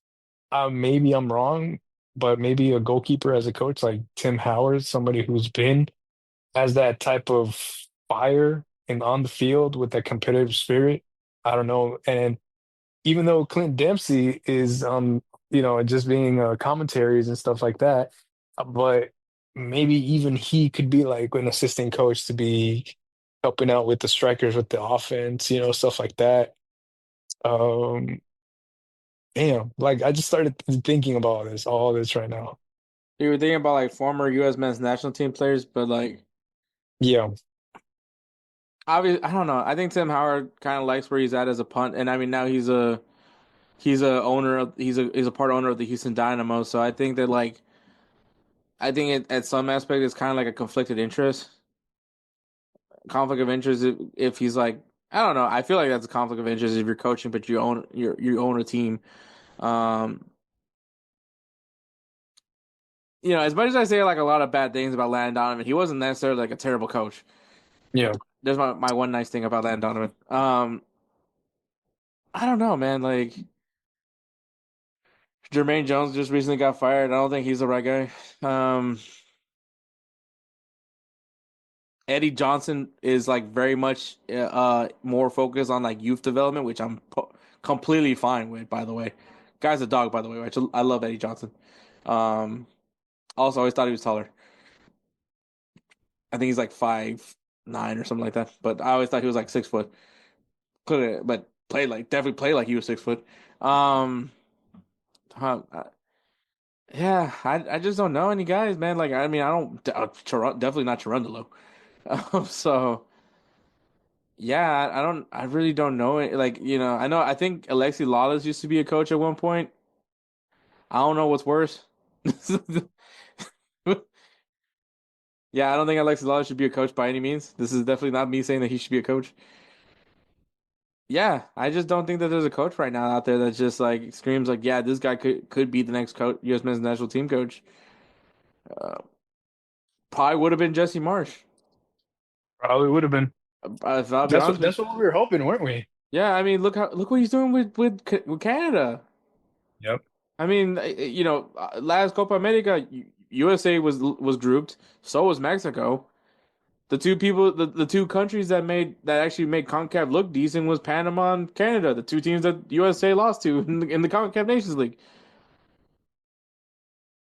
Like, say what you want, man, but I think well, yes, U.S. men's national team poor performances, but also can we give props to Canada and Panama? Like Yeah. they have gone better. They have they've taken strides to have a better national team. Like it could be a combination of USA getting worse, but also it's a combination of Panama and Canada getting better. Yeah, I agree with that. And so, I mean, like, is it the coach's fault? I think for Pochettino, the things that was necessarily his fault was just that he just didn't have the guys, I think, mentally correct after halftime. Yeah, I think that's where he faltered. As far as the players go, there wasn't any like pride until I saw Diego Luna. Until I saw Diego Luna make a pass to the only goal that came from that Nations League because he got the ball, he made the play. Honestly, Edward, I think you probably will become like one of the biggest Diego Luna fans because the kid just plays with grit. He plays with balls, man. Like that's why Diego Big Balls Luna. Like I mean, like Diego big ball. Pochettino said that Yeah, the guy literally busted it, broke his nose, and Pochettino's like, should I take you out? He's like, nah, let me keep playing. He's like, take me out at halftime. Goes back out there, gets an assist. yeah, Immediately after he was allowed to be back on the field. Like when you think of those 2014 U.S. men's the U.S. men's national teams of all, that's the mentality we're talking about. Like are we the best team in the world? No, like far none. you like as USA gets better, the rest of the world gets better. It's like a never-ending race that we're just never gonna get caught up to, unless we find out the steroid equivalent to it. Like they're like it's just gonna be impossible to be caught up to the rest of the world, and yeah, I know that, but like the thing that made Americans so different versus everybody else in the world was just this can't stop, won't stop mentality that they had, you know, and we don't have that mentality anymore. yeah. And that's true. That's true. And that does take a toll as well. Like And this comes it's back to the just whole old man yells at cloud thing. It just well that too, but it's just the fact of the matter too is just like we talked about it too. Like our star player, the Captain America, Christian Pulisic, hmm he's not that nitty-gritty, you know? Like I'm not saying that he doesn't play hard. It's just he's not that Clint Dempsey type of player, that hmm Landon Donovan type of player, hmm where that's what we're missing, honestly, in the equation when it comes to a player being on the field, a team captain. Everybody looks too Pulisic as a team captain, but you don't really see him wearing the armband. You don't expect him I to don't want him to have the armband. I exactly, think that like a lot of people need to understand like just because you're the best player doesn't mean you're the captain. exactly. It's just you Like have to show some sort of leadership, but he's not that player. yeah, like your best player is never going to be. It could be. I think it's like that the Venn diagram, right? Like you could be you could be a great player, but you could be a terrible captain at the same time. Yep. Like to make a good captain, like you don't necessarily have to be the best player, Yep. And so like I think are there those instances where the best player just happens to be the captain? Sure. I mean, Lionel Messi in his own way is a good captain. And the only reason why Yep. I say in his own way because he's not a vocal captain. He is a lead by He's example a guy. yeah, And exactly. I don't think and unfortunately with Christian Pulisic, if you want to use that argument for his sake, no one's following him. And It then and also like his actions are not as they're not allowed. memorable. Yeah. They're not memorable. It's not like you're gonna see like, man, did you see that goal? Did you see that he took on like four players, three players, two players just to get to the goal? Yeah. That's And honestly, here's the thing. The player that I think about as far as like when if things were to go that were about to go down and we need him to need a spark, I'll look at that guy and it's a guy that I have said I hope will exceed Christian Pulisic, and that's Gio Reyna.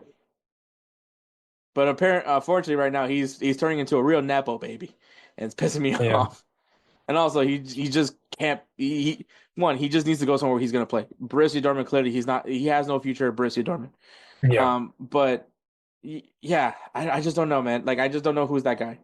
Um, because I think of Weston McKennie as I used to think Weston McKennie a lot. Like I think Weston McKennie, not as a captain, but I think as a guy that like when things are not looking great, who do you look to make that big decisive play, whether it's a defensive play or a much needed goal? I looked at Weston McKennie, but I don't think he's a captain. I think Tyler Adams is honestly, as of right now, if you look at the U.S. men's national team, is Tyler Adams. I think Tyler Yeah, Adams is a good leader. He's a vocal leader. Is he the best player on the field? No. Is he a good but player? he's He's a good but player. he's a good player, but he's also like you said, he's vocal. He shows the grit, He just and can't that's stay one thing. healthy. Yeah, that's the only problem. That's his only flaw is he just can't stay healthy. But I think he's a great, excellent choice for a captain. But I think that that's things that we're gonna figure out. Like I think, um, you know, I think another player that maybe some guys can feed off of is Johnny Cardoso. Which unfortunately, if I'm mentioning Johnny Cardoso, that means Tyler Adams is just not part of the plans. U.S. men's national team, or at least in my head, because Johnny Cardoso, I feel like what he's doing with Real Betis, and unfortunately, once again, it's another American who isn't maybe doesn't necessarily know what it means to be American, which I don't think is a bad thing, by the way. But like, I don't think people that need to understand the culture. I don't think that that matters. I don't like where that's where I get lost with Bruce Arena. Like, I mean, do I need you to understand my culture? Not do I need you to understand the US Honestly, to be fair, I don't even know what the US culture is. Because the US culture is like a weird combination of everything. So Yeah. that's to me that's like you can't really specify what U.S. culture is because this country is such a melting pot of different cultures that you know technically I think Spanish is actually the unofficial language of the U.S. because of all the Spanish speakers that live here, but we don't know. I don't know. I get something. I get where Bruce Arena's coming from. I just don't think that like if we have an American coach, this all this goes away. Because like you and me mentioned, I don't know if there's a guy right now that can do that. Yeah. Yeah, so I don't think there is. I honestly don't think there is. there isn't. I think Poch is a fine choice. I Yeah, don't. he's not. We would make fun of him. We would joke around and stuff like that. But I mean, dude, like he's actually a really decent coach. He's a good coach. I feel like he can actually do something with the U.S. men's national team. But it's just like I said, like we both said, it's just It comes down to the players, man. I think Mhm. at this point it's just the players. It really is. Like I mean, we blame Berhalter for so many years, and you know, clearly, if that's not if that mentality has always been a big issue, a big problem with me with this U.S. men's national team, and if Greg Berhalter's gone and it still hasn't been solved, it might be that locker room, man. Yeah. But all right, we're gonna take a break, and then Edward gets to flaunt about some stupid trophy that he just won. Righteous Felon Craft Jerky is the official jerky of Belly Up Sports. For over a decade, Righteous Felon Craft Jerky has led the American meat snack revolution by concocting delicious, adventurous, U.S.-sourced jerky recipes for uncompromising carnivores across the country. With 15 different flavors to choose from, Righteous Felon has all jerky lovers covered, and by using promo code BELLYUP, you will get 15% off your purchase at righteousfelon.com. Do your taste buds a favor today and rip into a bag of Righteous Felon jerky. All right, man. The 2025 Copa del Rey final has concluded, and FC Barcelona beat Real Madrid 3-2 in extra time. Yoo-hoo. I will say, as far as this year, this 20 I guess 2024-25 season, this was the best El Clasico that we've had this year. Yeah. And it's not even close. It's not even remotely close. This was the most competitive one. This was a back and forth game. Barcelona had 59% of the possession. Barcelona also outshot Real Madrid 22-15. Also outshot with goals on target to Real Madrid 9-7. Though I will say, Real Madrid were slightly more efficient with their shot making. Not necessarily much of a flex, but at least there's that. Also, the record, well, not a record, but a massive amount of fouls, 34 fouls committed. Uh, It was a quite, it was a lot.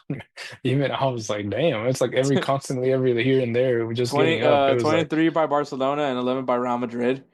There were 7 yellow cards that were issued in this game. 4 came from Barcelona and 3 came from Real Madrid.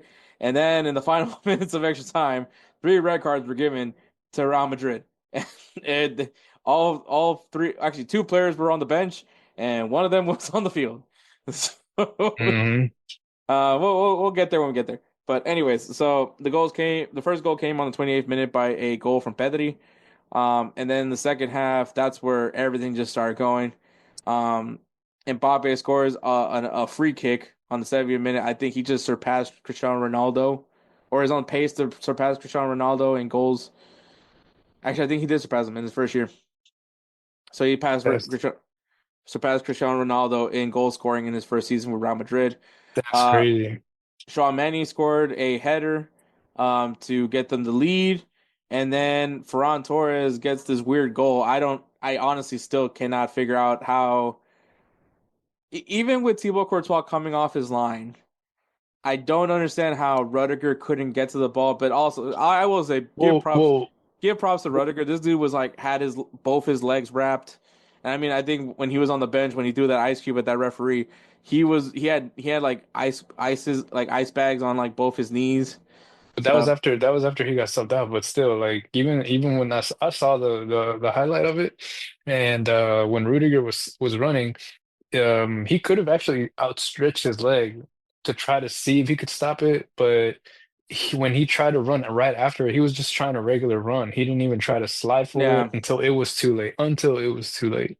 yeah. Then it was like it was already ahead of him, and he tried sliding, and that's when I was like, dude, no. I was like, you should have slid earlier, and you would have actually stopped it. It would have been stopped right there, and it would have been a whole different outcome. But he didn't. And the thing is, But it I'm is sure his you're knee. glad It is his knee. he didn't.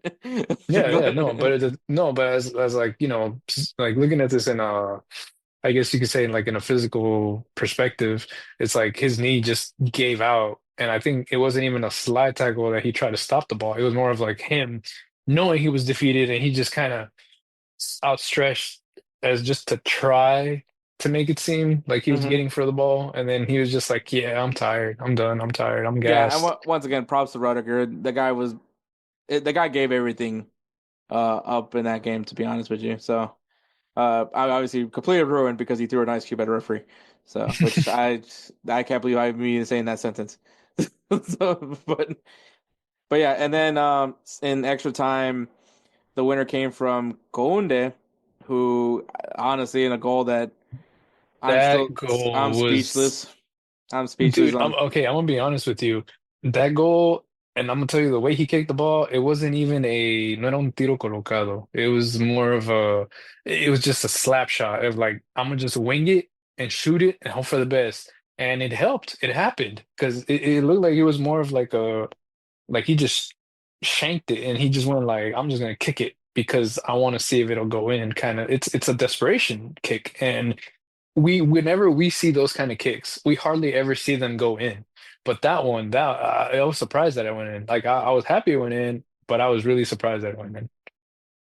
No, yeah, I mean, and then it comes from a Modric pass that Brahim Diaz. I don't know what was going on with him. He just kind of froze in that moment, did not run up to the ball, and Kounde just kind of slipped right in and intercepted that pass, and then just puts one in the back of the net. Um, which kind of just took everything off out of the team. I think things start going a little bit crazy, kind of in those final moments. Also, ESPN, what the hell? There obviously you didn't watch the game live, but there was some technical difficulties. We weren't able to watch like the final minutes of stoppage time in regular time. So we got stuck having to listen to Alejandro Moreno for I felt it felt like an eternity. So Oh, that for bit, real? yeah. So they're like, oh, let's talk about the goals that have been scored so far. And I'm just like, I don't want to talk about the goals that have been scored so far. I want to see if there will be a goal scored so far to end this game. And no, it went to extra time. And then there was again a more technical difficulty. So ESPN, what a bad job, bad job. People spend money for this subscription service, by the way, and for it to have this kind of technical difficulties in a match of this magnitude, a final, not only a final but a clásico, for that to happen, that's just inexcusable. As inexcusable as Brahim Diaz being frozen when the ball was coming his way. Uh, but and then I mean, let's talk about the whole thing that started with this whole red card, these red cards that came in. So Real Madrid was making a push for a run. Mbappe apparently smacked Eric Garcia in the face, and then so they had to stop the game to see if Eric Garcia was okay, and which they called a foul on Mbappe. I don't think it was a foul. Also, to be fair, I'm gonna say this: yes, the referees definitely favored more Real Madrid. There was two clear opportunities for penalties for Barcelona. The handball, I wasn't really. I think once again, I don't know what we need to do with handballs. Like intent, is there intention? Is there not intention? Like these are things that we can't really like. It's opinion based, where I Yeah. think it's kind of dumb. But also, I get it. The whole like if it to make it black and white, like if it's a handball, it's a handball kind of thing. I also think it's kind of stupid as well. But like it's like how do we grade intent? Like how do we rate that? Like how do we count Yeah, what? because I mean, even when you go for the ball, let's put it this way: even when you go for the ball, and we've been on the receiving end of this, when we go for the ball, and then someone just barely tips it, like they just hit it with the tip of their toe and lift it up, and you're already on the half kick. You got your arm behind your body, and you miss the ball, but the ball somehow hits the back of your hand or your palm, whatever, while you're midair kicking the ball, trying to get it out of there. Uh, that's not intentional. You're not trying to kick the ball with your hand. You're literally missing the ball and you leave your body kind of like trying to just, stop the ball, but your arms kind of like behind you when you're trying to kick, you know? And but yeah, I mean intentional, unintentional, that's one thing. It's because if you put let's put it this way. I mean, I've done it before. But I mean, Um so Valverde, I didn't feel like it was a handball, but I know that that's something that people argued for.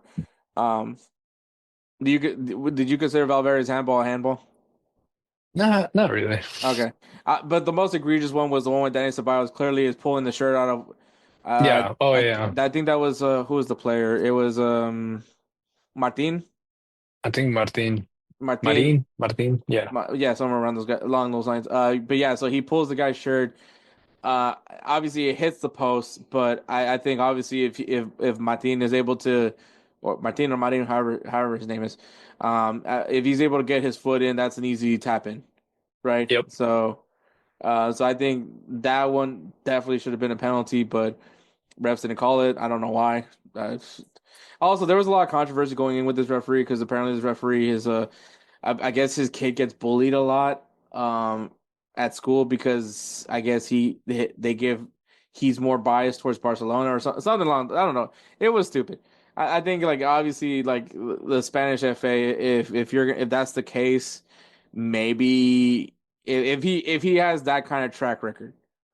And I mean, it's neither here or there. Obviously, clearly in this match, I do feel like Real Madrid got more favorable calls. But I don't know. I think if you have a guy that has it, like people are complaining about it. I know it was more towards Real Madrid, but like I think if there was just complaints in general of a certain referee, like why would you pick him to be the guy to call a game of this magnitude when especially when it's Real Madrid and Barcelona? Like you're giving Real Madrid an excuse from the jump. You know what I mean? Yeah. And so obviously that wasn't I did I don't know what to me I guess this referee was like, well, today is not going to be where my kid gets bullied. You know, like I guess I don't really know what else happened. Like it was the game was just weird, but the anyways the Eric Garcia call I just felt like was I don't think it was a foul. I think Mbappe is just running like most people run.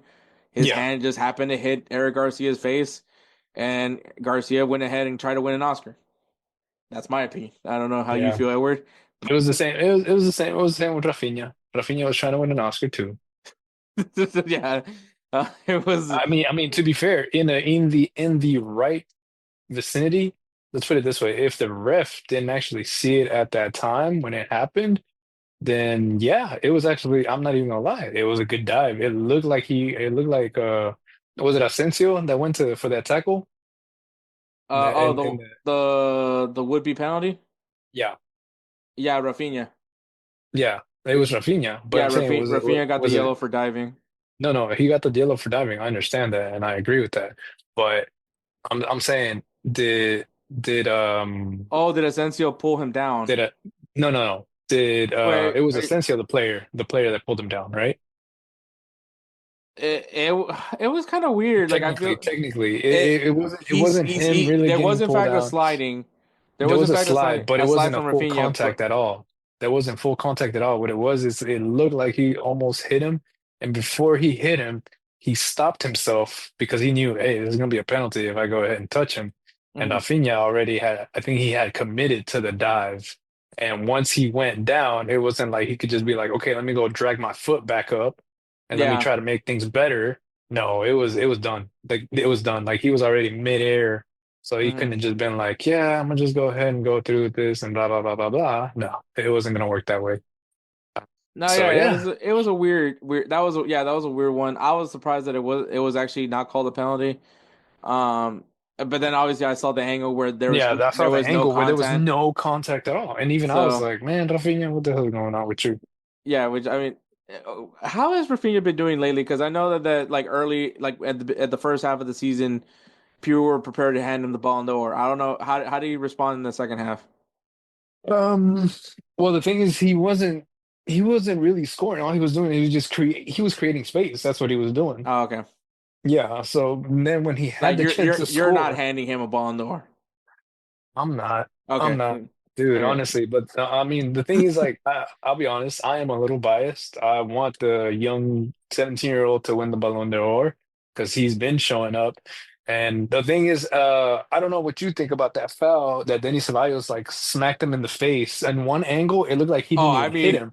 But I it was mean like then when you see the other when they angle. showed when they showed the other angle and it was his fingers going into his eye and his lips, like you could tell that he went into his lips. And I was just like, oh, I was like, yeah, dude. I was like, you ain't supposed to do that crap. I was like, come on, dog. But Denis Ceballos, think about it. at the same 30 time, something year no, old.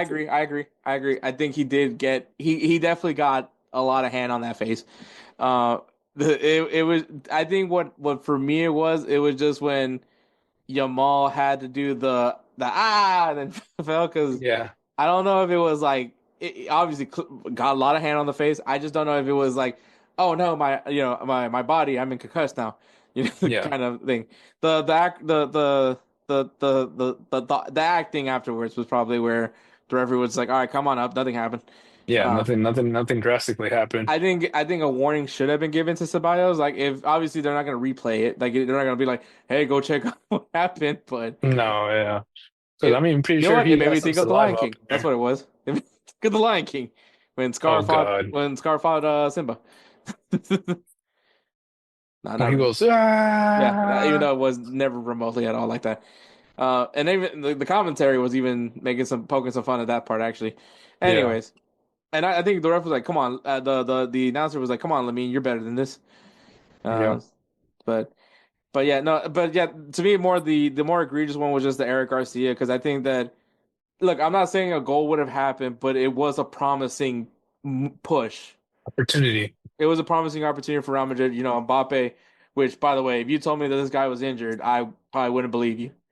Yeah. Also, also saw Yeah, the text. he was doing that. He was doing those cuts. I was like, what? Also, the text message between me and Edward where I was pissed off that Rodrigo got subbed out for Mbappe. Um, Yeah, and then later on he's like, I take it back. yeah, that's just me being an adopted parent. But anyways, yeah, I think that was egregious. I don't know why the referee stopped it.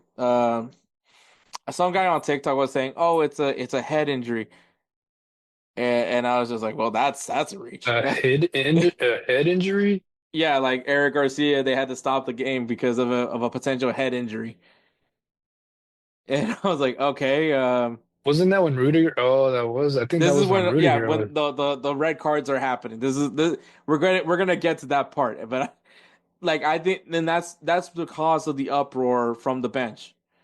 because you stopped a who knows what could have happened because you call it a foul, so now it's gonna be a free kick for Barcelona. Um, wasn't really a foul. It just Eric Garcia just his hand just Mbappe's hand just happened to be, because people their arms move when they're running, and I mean from what I'm hearing, as far as what I'm hearing from you, Edward, you didn't feel like it wasn't a foul. It wasn't that big of a foul where it was like, okay, let me go VAR. Like, dude, just go take care of your shit. Let's go. Like, let's move on. But Do you think they should have? those. Do you think the referee should have stopped the player at that moment? Mm, I would have said kept it going. I would have said kept it going. But the thing is also Eric Garcia was the last man at that point because I don't think anybody else was in front of Mbappe. So Mbappe, I guess that's basically kind of like I guess you could say like in football, like the offensive foul. You know. Yeah. So I mean, I yeah, think okay. I think where you're going off of, if they didn't stop the game, but let the play conclude. If it ended with a goal, look back at see what happened there. yeah. Okay. I mean, they've done it before. They've done it to I where mean they're they like, they do that they do that and with offsides now. Like if they do it with offsides. They did it with Vinny. They did it with Vinny. yeah. So yeah, but at that time Real Madrid is already furious. Obviously they're not happy. You stopped a potential goal scoring play, essentially, for what many view is like maybe not the strongest of fouls, at least not a foul that's worthy of stopping play, and yeah, obviously then that led to Lucas Vasquez stepping out, stepping back into the field, yelling at the referee. And then you had Rudiger who literally threw an ice cube at the referee. It didn't hit the referee, but wasn't the intent was clearly there. And obviously gets red carded, and then he had to get basically dragged by the entire medical staff into the locker room. Um, I saw that. but honestly, That I was was right. crazy. I actually had that same energy though. I'm not gonna lie, I lost my shit. I lost my shit at that moment. I felt bad, by the way, because my brother's cats got like completely startled. But yeah, no, I completely lost my shit. I did not like that call. I had the same amount of anger just as much as Rudiger had at that moment because I was like, how are you gonna stop the play for that? Like, and I'm with you with what you said. Like, if Mbappe did score a goal, okay. If they look back, I'm like, I'll be more mad at Mbappe, but at least you didn't stop the play. Yeah. So yeah, but I think at the end of the day, probably the best El Clasico this year. Arguably the best class. I mean, we'll find out in Yeah, I was about in to two say weeks. we'll find out. We'll find We'll find out out. in 2 weeks. But yeah, Barcelona wins their 32nd Copa del Rey. This is actually the only trophy that Barcelona has over Real Madrid, by the way, because Yeah. La Liga, Real Madrid has more La Liga titles, and obviously Champions League. But Barcelona does have Copa del Rey is just their thing. Yeah. And also, if you guys don't know, Barcelona is still in contention in Champions League and La Liga, so a treble is still in play for Barcelona, Yeah, yeah. I was about to say, I was like, there's a chance for them to win the treble, actually. which is a thing that Real Madrid has never done, by the way, and Barcelona has done it. Barcelona has done it. I think with Pep, they've done it. They've done it with Pep for They did it sure. with Luis Enrique, I Luis think. Enrique, yep, they did it too. So So yeah, I Edwards mean, witnessed the trouble a few times. yeah, That's all you got to hear from that. But yeah, no, Barcelona, and I once again I don't look as someone. I think as someone, if you're unbiased, if you're not a fan between these two teams, I think you just sat there and watched like a really great game. It had everything for you. It had the drama. It had goal scoring. It had a lot back and forth. I think you saw good quality play. Um, Obviously, if you're a Barcelona fan, you're happy because you got another win over Real Madrid.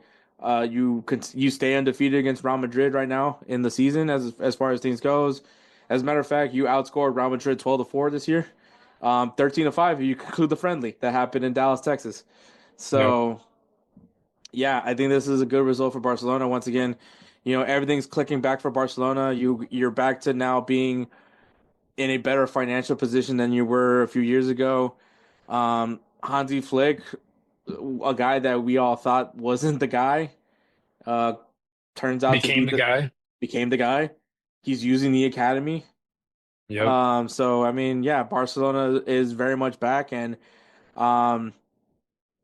and I said it. I saw this coming. I will say as a Madrista, I didn't necessarily feel confident going into this game for Real Madrid, just because they have not been able to have a solution against Barcelona. I mean, they found some solutions against Barcelona, but it clearly didn't work all the way through.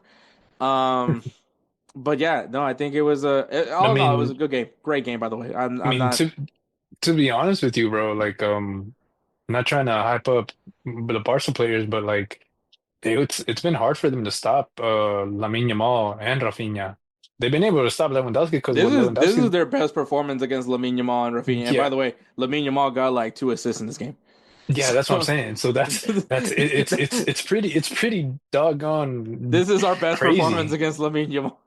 Yeah, like Actually, I think Lamine. last year we had better performances against him. But No, that's this, the thing. But the thing is because Lamine Yamal is getting better, and that's scary for the Real yeah, Madrid no, he's a fans. You know, it's scary. no, yeah, that's the reality. But the thing is, once again, you need both these teams at their best. And this was a Yep. year where Real Madrid has just have not been on their best. Like, look, the people are gonna be like, "Oh, we're injured." Stop using that excuse. Like, we're supposed to be the team that has all the world class players in the world. Blah blah blah. Whatever that shit. Like Asensio, I think has done fairly well for himself. Am I saying he should be the everyday starter? Probably not. But I think that you have something here with Asensio. He's good. He's good. And I'm gonna be honest with you. He's a good center He's back. He's a good he's good. defender. Which, by the way, like if you're Spanish and you're trying to pick between Cobrasi and Asensio, you guys are set for life. Yeah, These pretty guys aren't much. even. I think they're maybe They're barely both back 20. and forth. Yeah, they're the Spanish team. That's it. You got Kovacic and you got Asensio, You and got that then Dutch kid you're good. that chose to be Spanish. The guy that plays for Uh, Bournemouth. was Real Madrid's trying to get him. Yeah, Um, I know who you're talking about. What's his name? I don't know, but anyway, I just think it's funny that I don't want to play for Dutch. I want to play for Spain. I mean, That's gonna be a great Spanish kid, by the way. The with the Dutch name. I mean, you're gonna have all these like multi international players. So, I mean, we're gonna see more different last names now. I mean, it's not just the guys that are African that also have like other nationalities. But anyways, I mean, Lamine Yamal, prime example. yeah, Also, it's just Spain. You guys are just set.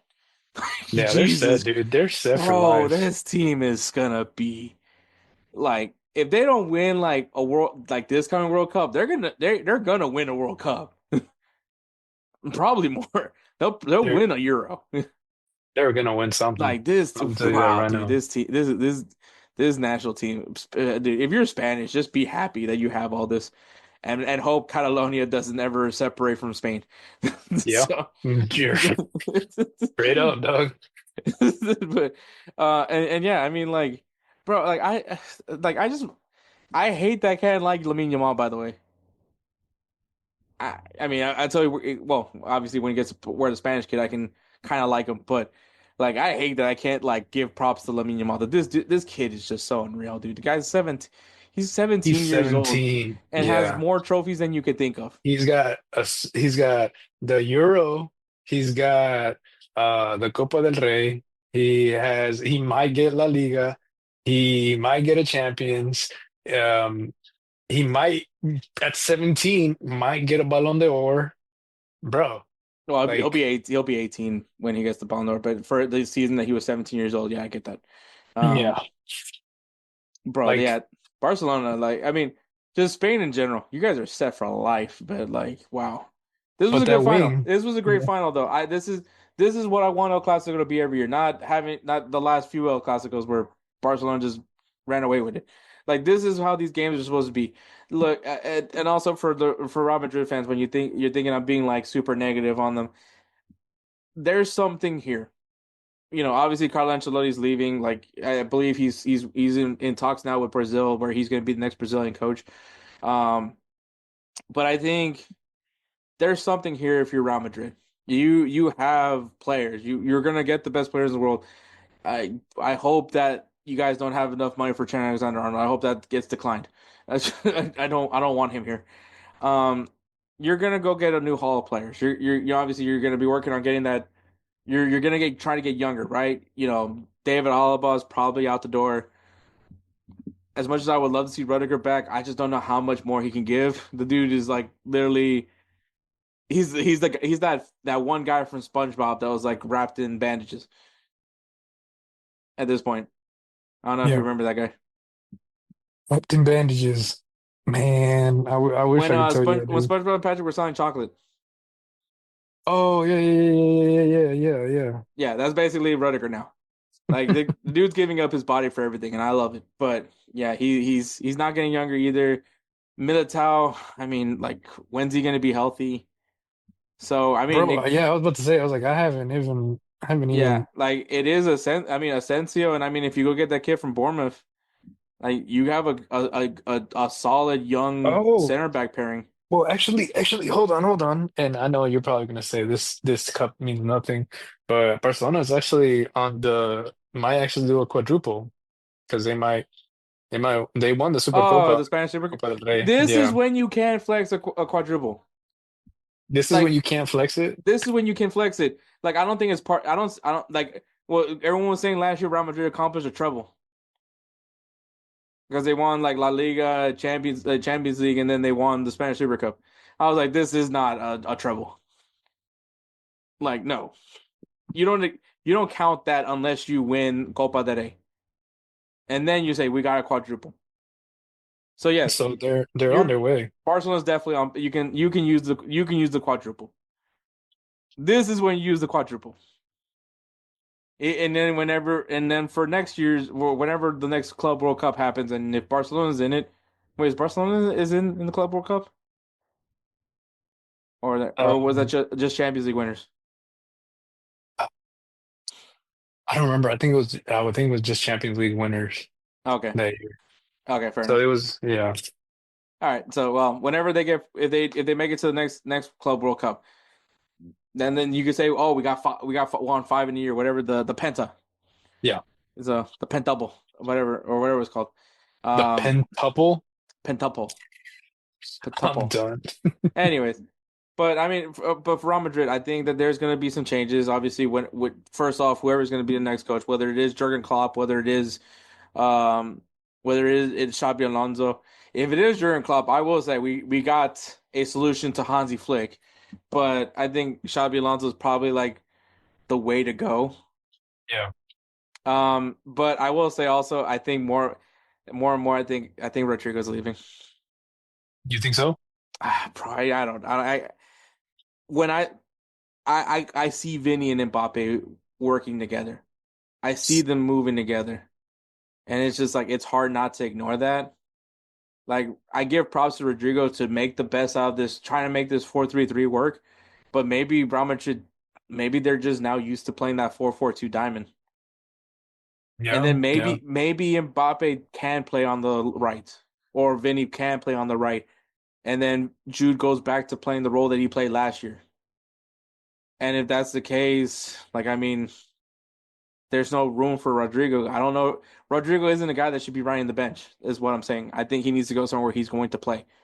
And that's going to hurt me because he's my favorite player on the team. Well, he, also Dan and Valverde. But yeah, it sucks. But I think that like there's going to be a lot of changes for Real Madrid.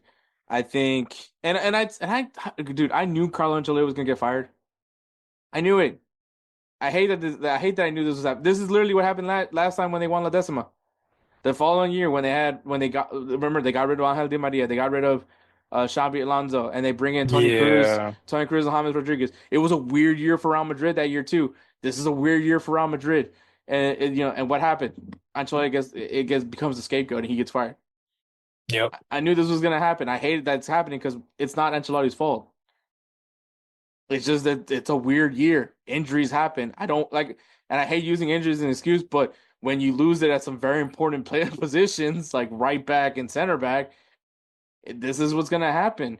You got, you got Valverde playing right back. You got Tchouaméni playing center back. Like guys that normally don't play those positions are playing those positions. Well, granted, Valverde, you could probably plug him anywhere on the field and he'll play. Same thing for Camavinga, but like this was a weird year for Real Madrid. and that's why things went down kind of the way it went down. They beat who they were kind of supposed to beat, but they just couldn't get it over Barcelona. And I mean, this isn't me saying that, oh, this is only happening because Real Madrid are not doing well. No, Barcelona had the right game plan. They played to their strengths. Hansi Flick said, "Have you ran a mile yet today? And if not, go run five more." And this is the end product. This is how you're gonna get this team to be. This is no more the days of tiki taka, unfortunately. But I don't think everyone's complaining. No, I'm not. And honestly, to be honest, with the tiki taka, it's not completely gone. Like it's still there. I think it's It's just because just of they don't do that they don't German, the whole German. they, What's that? What they call it? Anyways, German the style German play. style of play. I don't know what they call it. Heavy metal football, I guess. Yeah. That's what Jurgen Well, Klopp calls it, I think. But the but thing I the thing is the it thing is does with that. it still does involve a little pass movements, but I mean it's not tiki taka esque. No, whenever, okay, let me put it this way. Whenever they have the ball, like let's say they're winning 2-0, you start seeing that a little bit more. You start seeing a little bit of a flare between the midfield. That's where you start seeing like Pedri, Gavi, they start moving around a little bit more. They start doing a little tic-tac pass and everything like that. And I mean, it's not gone completely because if you think about it, if they're coming out from La Masia, it's like that's ingrained into them, the Cruyff method. Holy crap! Breaking news: Inter Miami just got their first loss of the season as they lost to FC Dallas. Oh wow. That's funny. In Inter Miami, by the way, at Inter Miami. So they were the FC Dallas was down 3-1, by the way. So Ooh. what a choke job. So all right. Anyway, proceed. No, but yeah, yeah, that's what I was saying. I was like, because think about it. If you think about it really, that's been ingrained in Barcelona's academy since they first started tiki-taka. It's the way they play. It's the way that they touch. That's how they get their first touch movement up. That's Hmm. how they get everything working for them. But I mean, right now with Hansi Flick on the helm, it's like he's introducing them to a different type of style, which I'm not against. And a lot of running. Hmm. I mean, shoot, I may start implementing running into my own schedule just to be able to function daily. Did you run a mile today?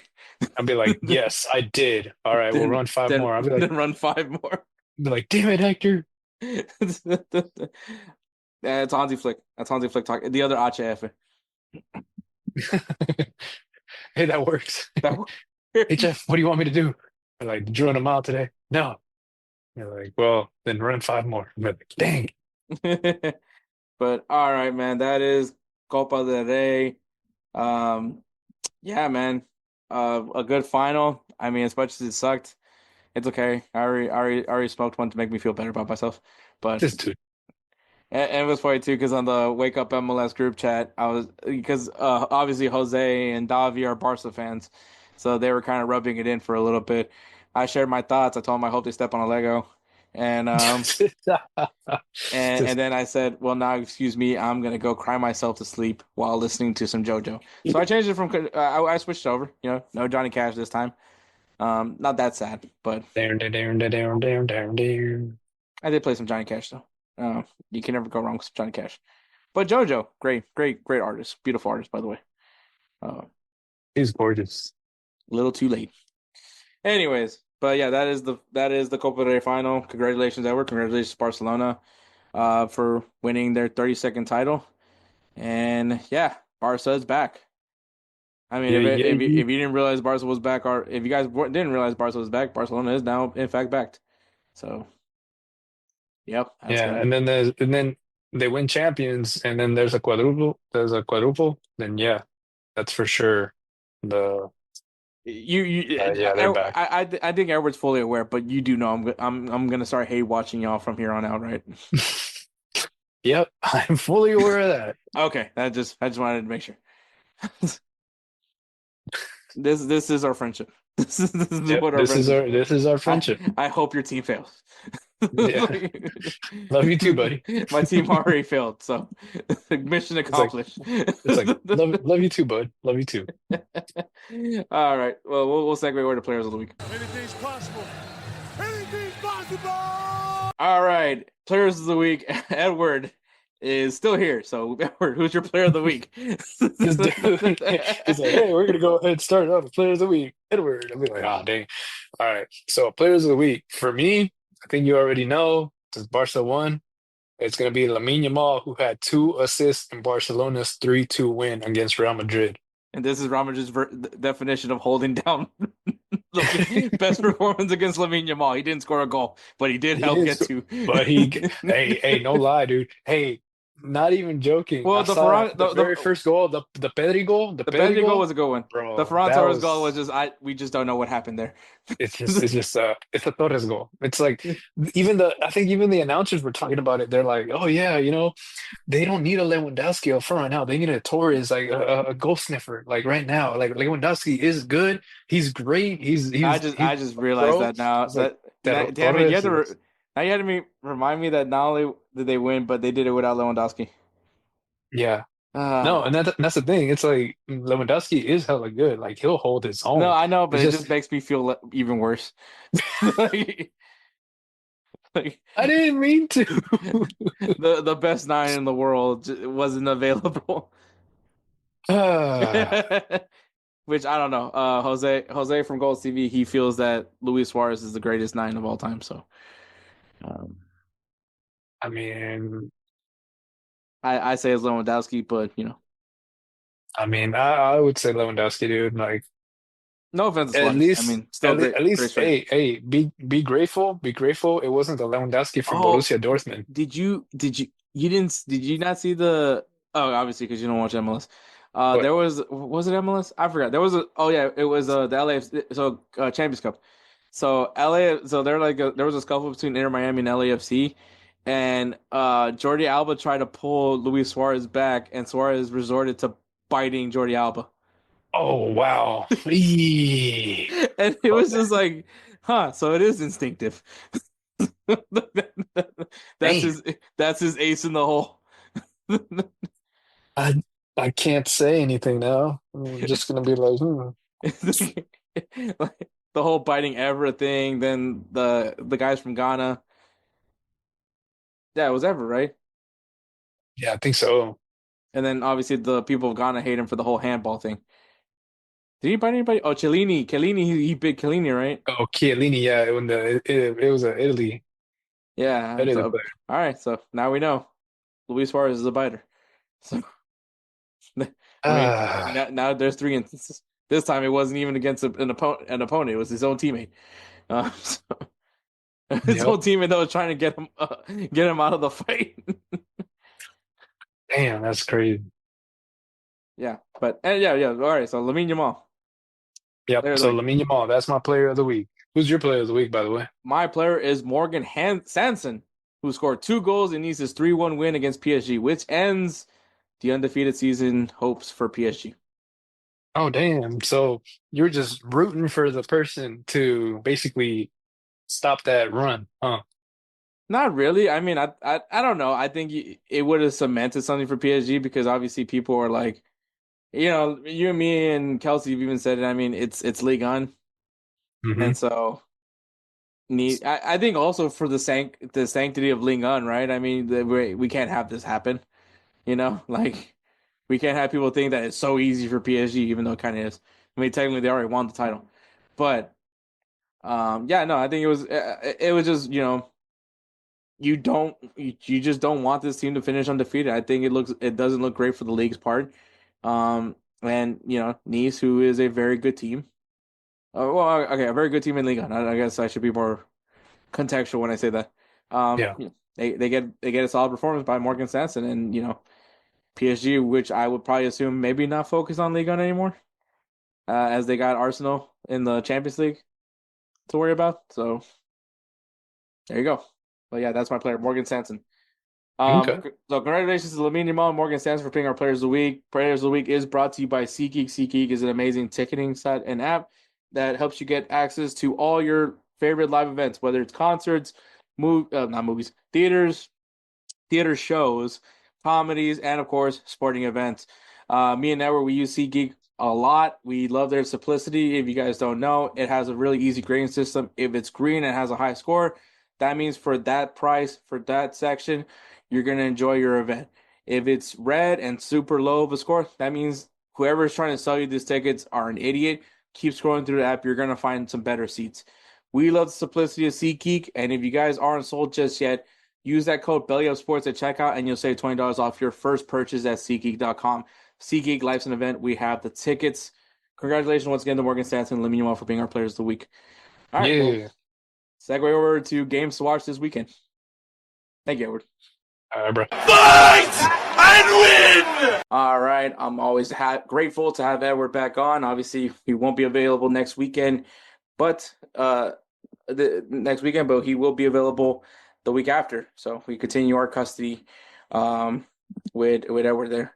But yeah, games to watch this weekend. We got Sporting Kansas City taking on LA Galaxy. As of right now, the LA Galaxy has, let me see, I don't know if they played yet today.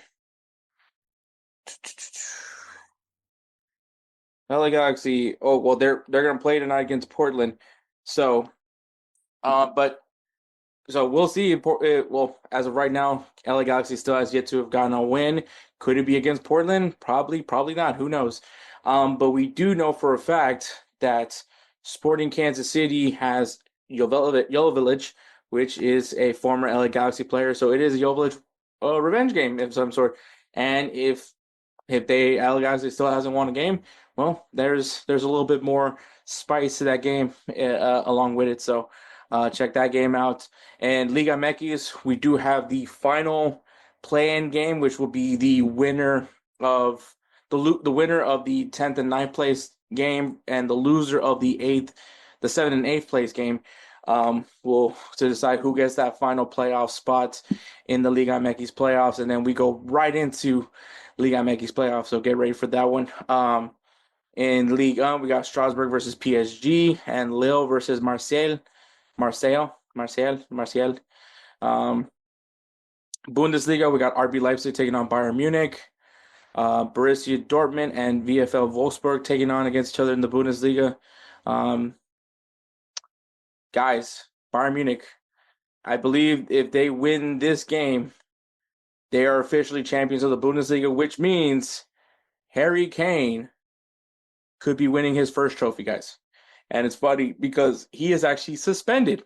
So he cannot be on the field for this game. But Harry Kane might be winning a trophy, guys. Just brace yourselves because it's going to be pandemonium. It's going to be pandemonium.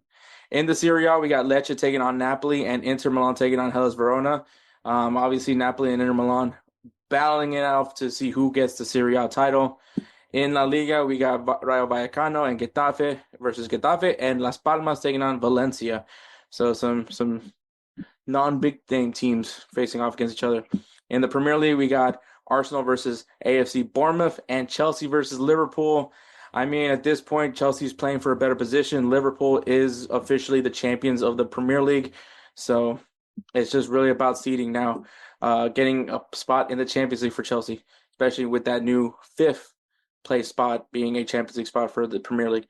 But all right, those aren't all the games that are happening this weekend. But if you guys need a good beginner's guide, I think we just give you guys some good matches to go ahead and watch. So, all right, we're going to take one more break and then we'll wrap this show up. Hey everyone, it's Ryan from No Credentials Required to talk to you about one of our newest partners at Belly Up Sports, SeatGeek. Yeah, live sports is great on television, but the feeling of being at the arena is a priceless experience. That's why our friends at SeatGeek are there to help you find the best tickets at the best prices. Not only can you get tickets to sporting events, but you can also get tickets to concerts, comedy shows, musicals, and more. Search for your desired event now at SeatGeek.com, enter promo code BellyUpSports at checkout, and you save $20 off your first purchase. SeatGeek. Life's an event. We have the tickets. All right, guys. Thank you so much for listening to episode 216. It was fun to have a conversation with Edward, as we always do. It's always good convos. It's kind of funny because before we were recording, we were talking, and then I was like, I don't know why we're talking right now. We need to save this for the podcast. So that's like, I'm not kidding when I tell you guys, like, our conversations are legitimately like this. We go way off track and then somehow find our way back into the topic.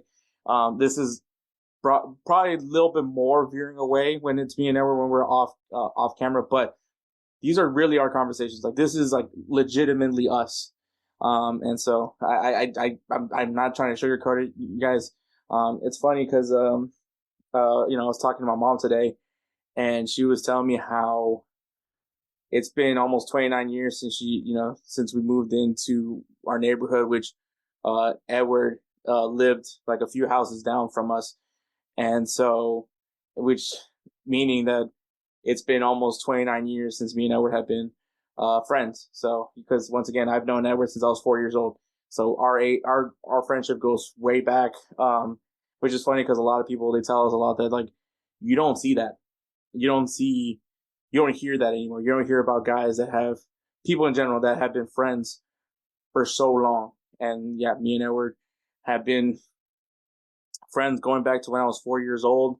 And, to this day, still a big part of each other's lives. And that's, one of the reasons why I love this, why I wanted to start this podcast with him, was because we have this genuine chemistry. Like, we're obviously best friends.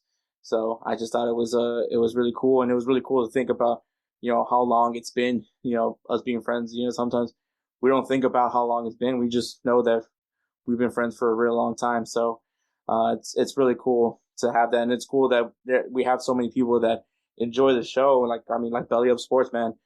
Check out the website, bellyupsports.com. It's back. Website's back. Articles being written, NFL draft discussions, NBA playoffs, NHL playoffs. I'm sure they're going to get right back into the whole NFL discussions. Golf. I'm sure golf is being discussed. Lots of things happening.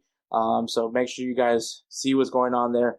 BellyUpSports.com. Also follow them on Instagram and X at BellyUpSports, so you can stay informed and what's going on. Also check out their YouTube channel, Belly Up Sports, as well. Also, Goals TV, man. Goals TV. That's another way that you can watch us, full episodes, and also the video clips that we share on our YouTube channel. That's also available on Goals TV, golz.tv. It is an amazing platform. Go ahead and check it out, man. Follow them on Instagram at goals.tv, golz.tv, and on the X at goals_TV, golz_TV. So you know what's going on over there. Big things are happening. Lots of things, lots of cool stuff happening. I'm not trying to give out too many details, but lots of cool stuff is happening at Goals. Go ahead and be on the ready, because it's gonna be popping, man. I mean, you already see Eric Winalda there. You see me from time to time on Wake Up MLS, man. So go in there, check it out, man. It's a great platform, especially if you're a soccer fan wanting to watch more content by soccer content creators. So great space over there. And of course, if you listen to this podcast and you hear the intros and outros for this podcast, it is made by no one other than Roosevelt Spencer. We love Roosevelt Spencer, man. This guy has been with us from day one. He has done all our beats. Back when we used to do singing bits, he had to edit our audio to make it sound good, which it was impressive nonetheless. But we care about Spencer. We love Spencer so much that we have named our Player of the Year award the Roosevelt Spencer Player of the Year award, in honor of him. So if you guys love the intros and outros that we have here, go ahead and check out Spencer on Instagram at That Guy Dope. Once again, at That Guy Dope. And get ready. If you guys need some beat work done, reach out to him and he'll take great care of you like he always does with us, man. So also forgot to mention it, but our dog of the month for the month of April is going to be Jey Uso, for winning the World Heavyweight Championship. WrestleMania was a big thing that did happen this month. So congratulations, Jey Uso. You are a dog, and you are a dog. Yeet. So also, and I haven't been keeping up with wrestling, but I know at least there was like some sort of thing with you and Rhea Ripley. So dog. So congratulations to our dog of the month for April, Jey Uso. Took you to the end of this episode to find out who was going to be our dog, but there you go. So thank you so much, guys. Thanks for listening, and catch us next week for episode 217. Take care, guys.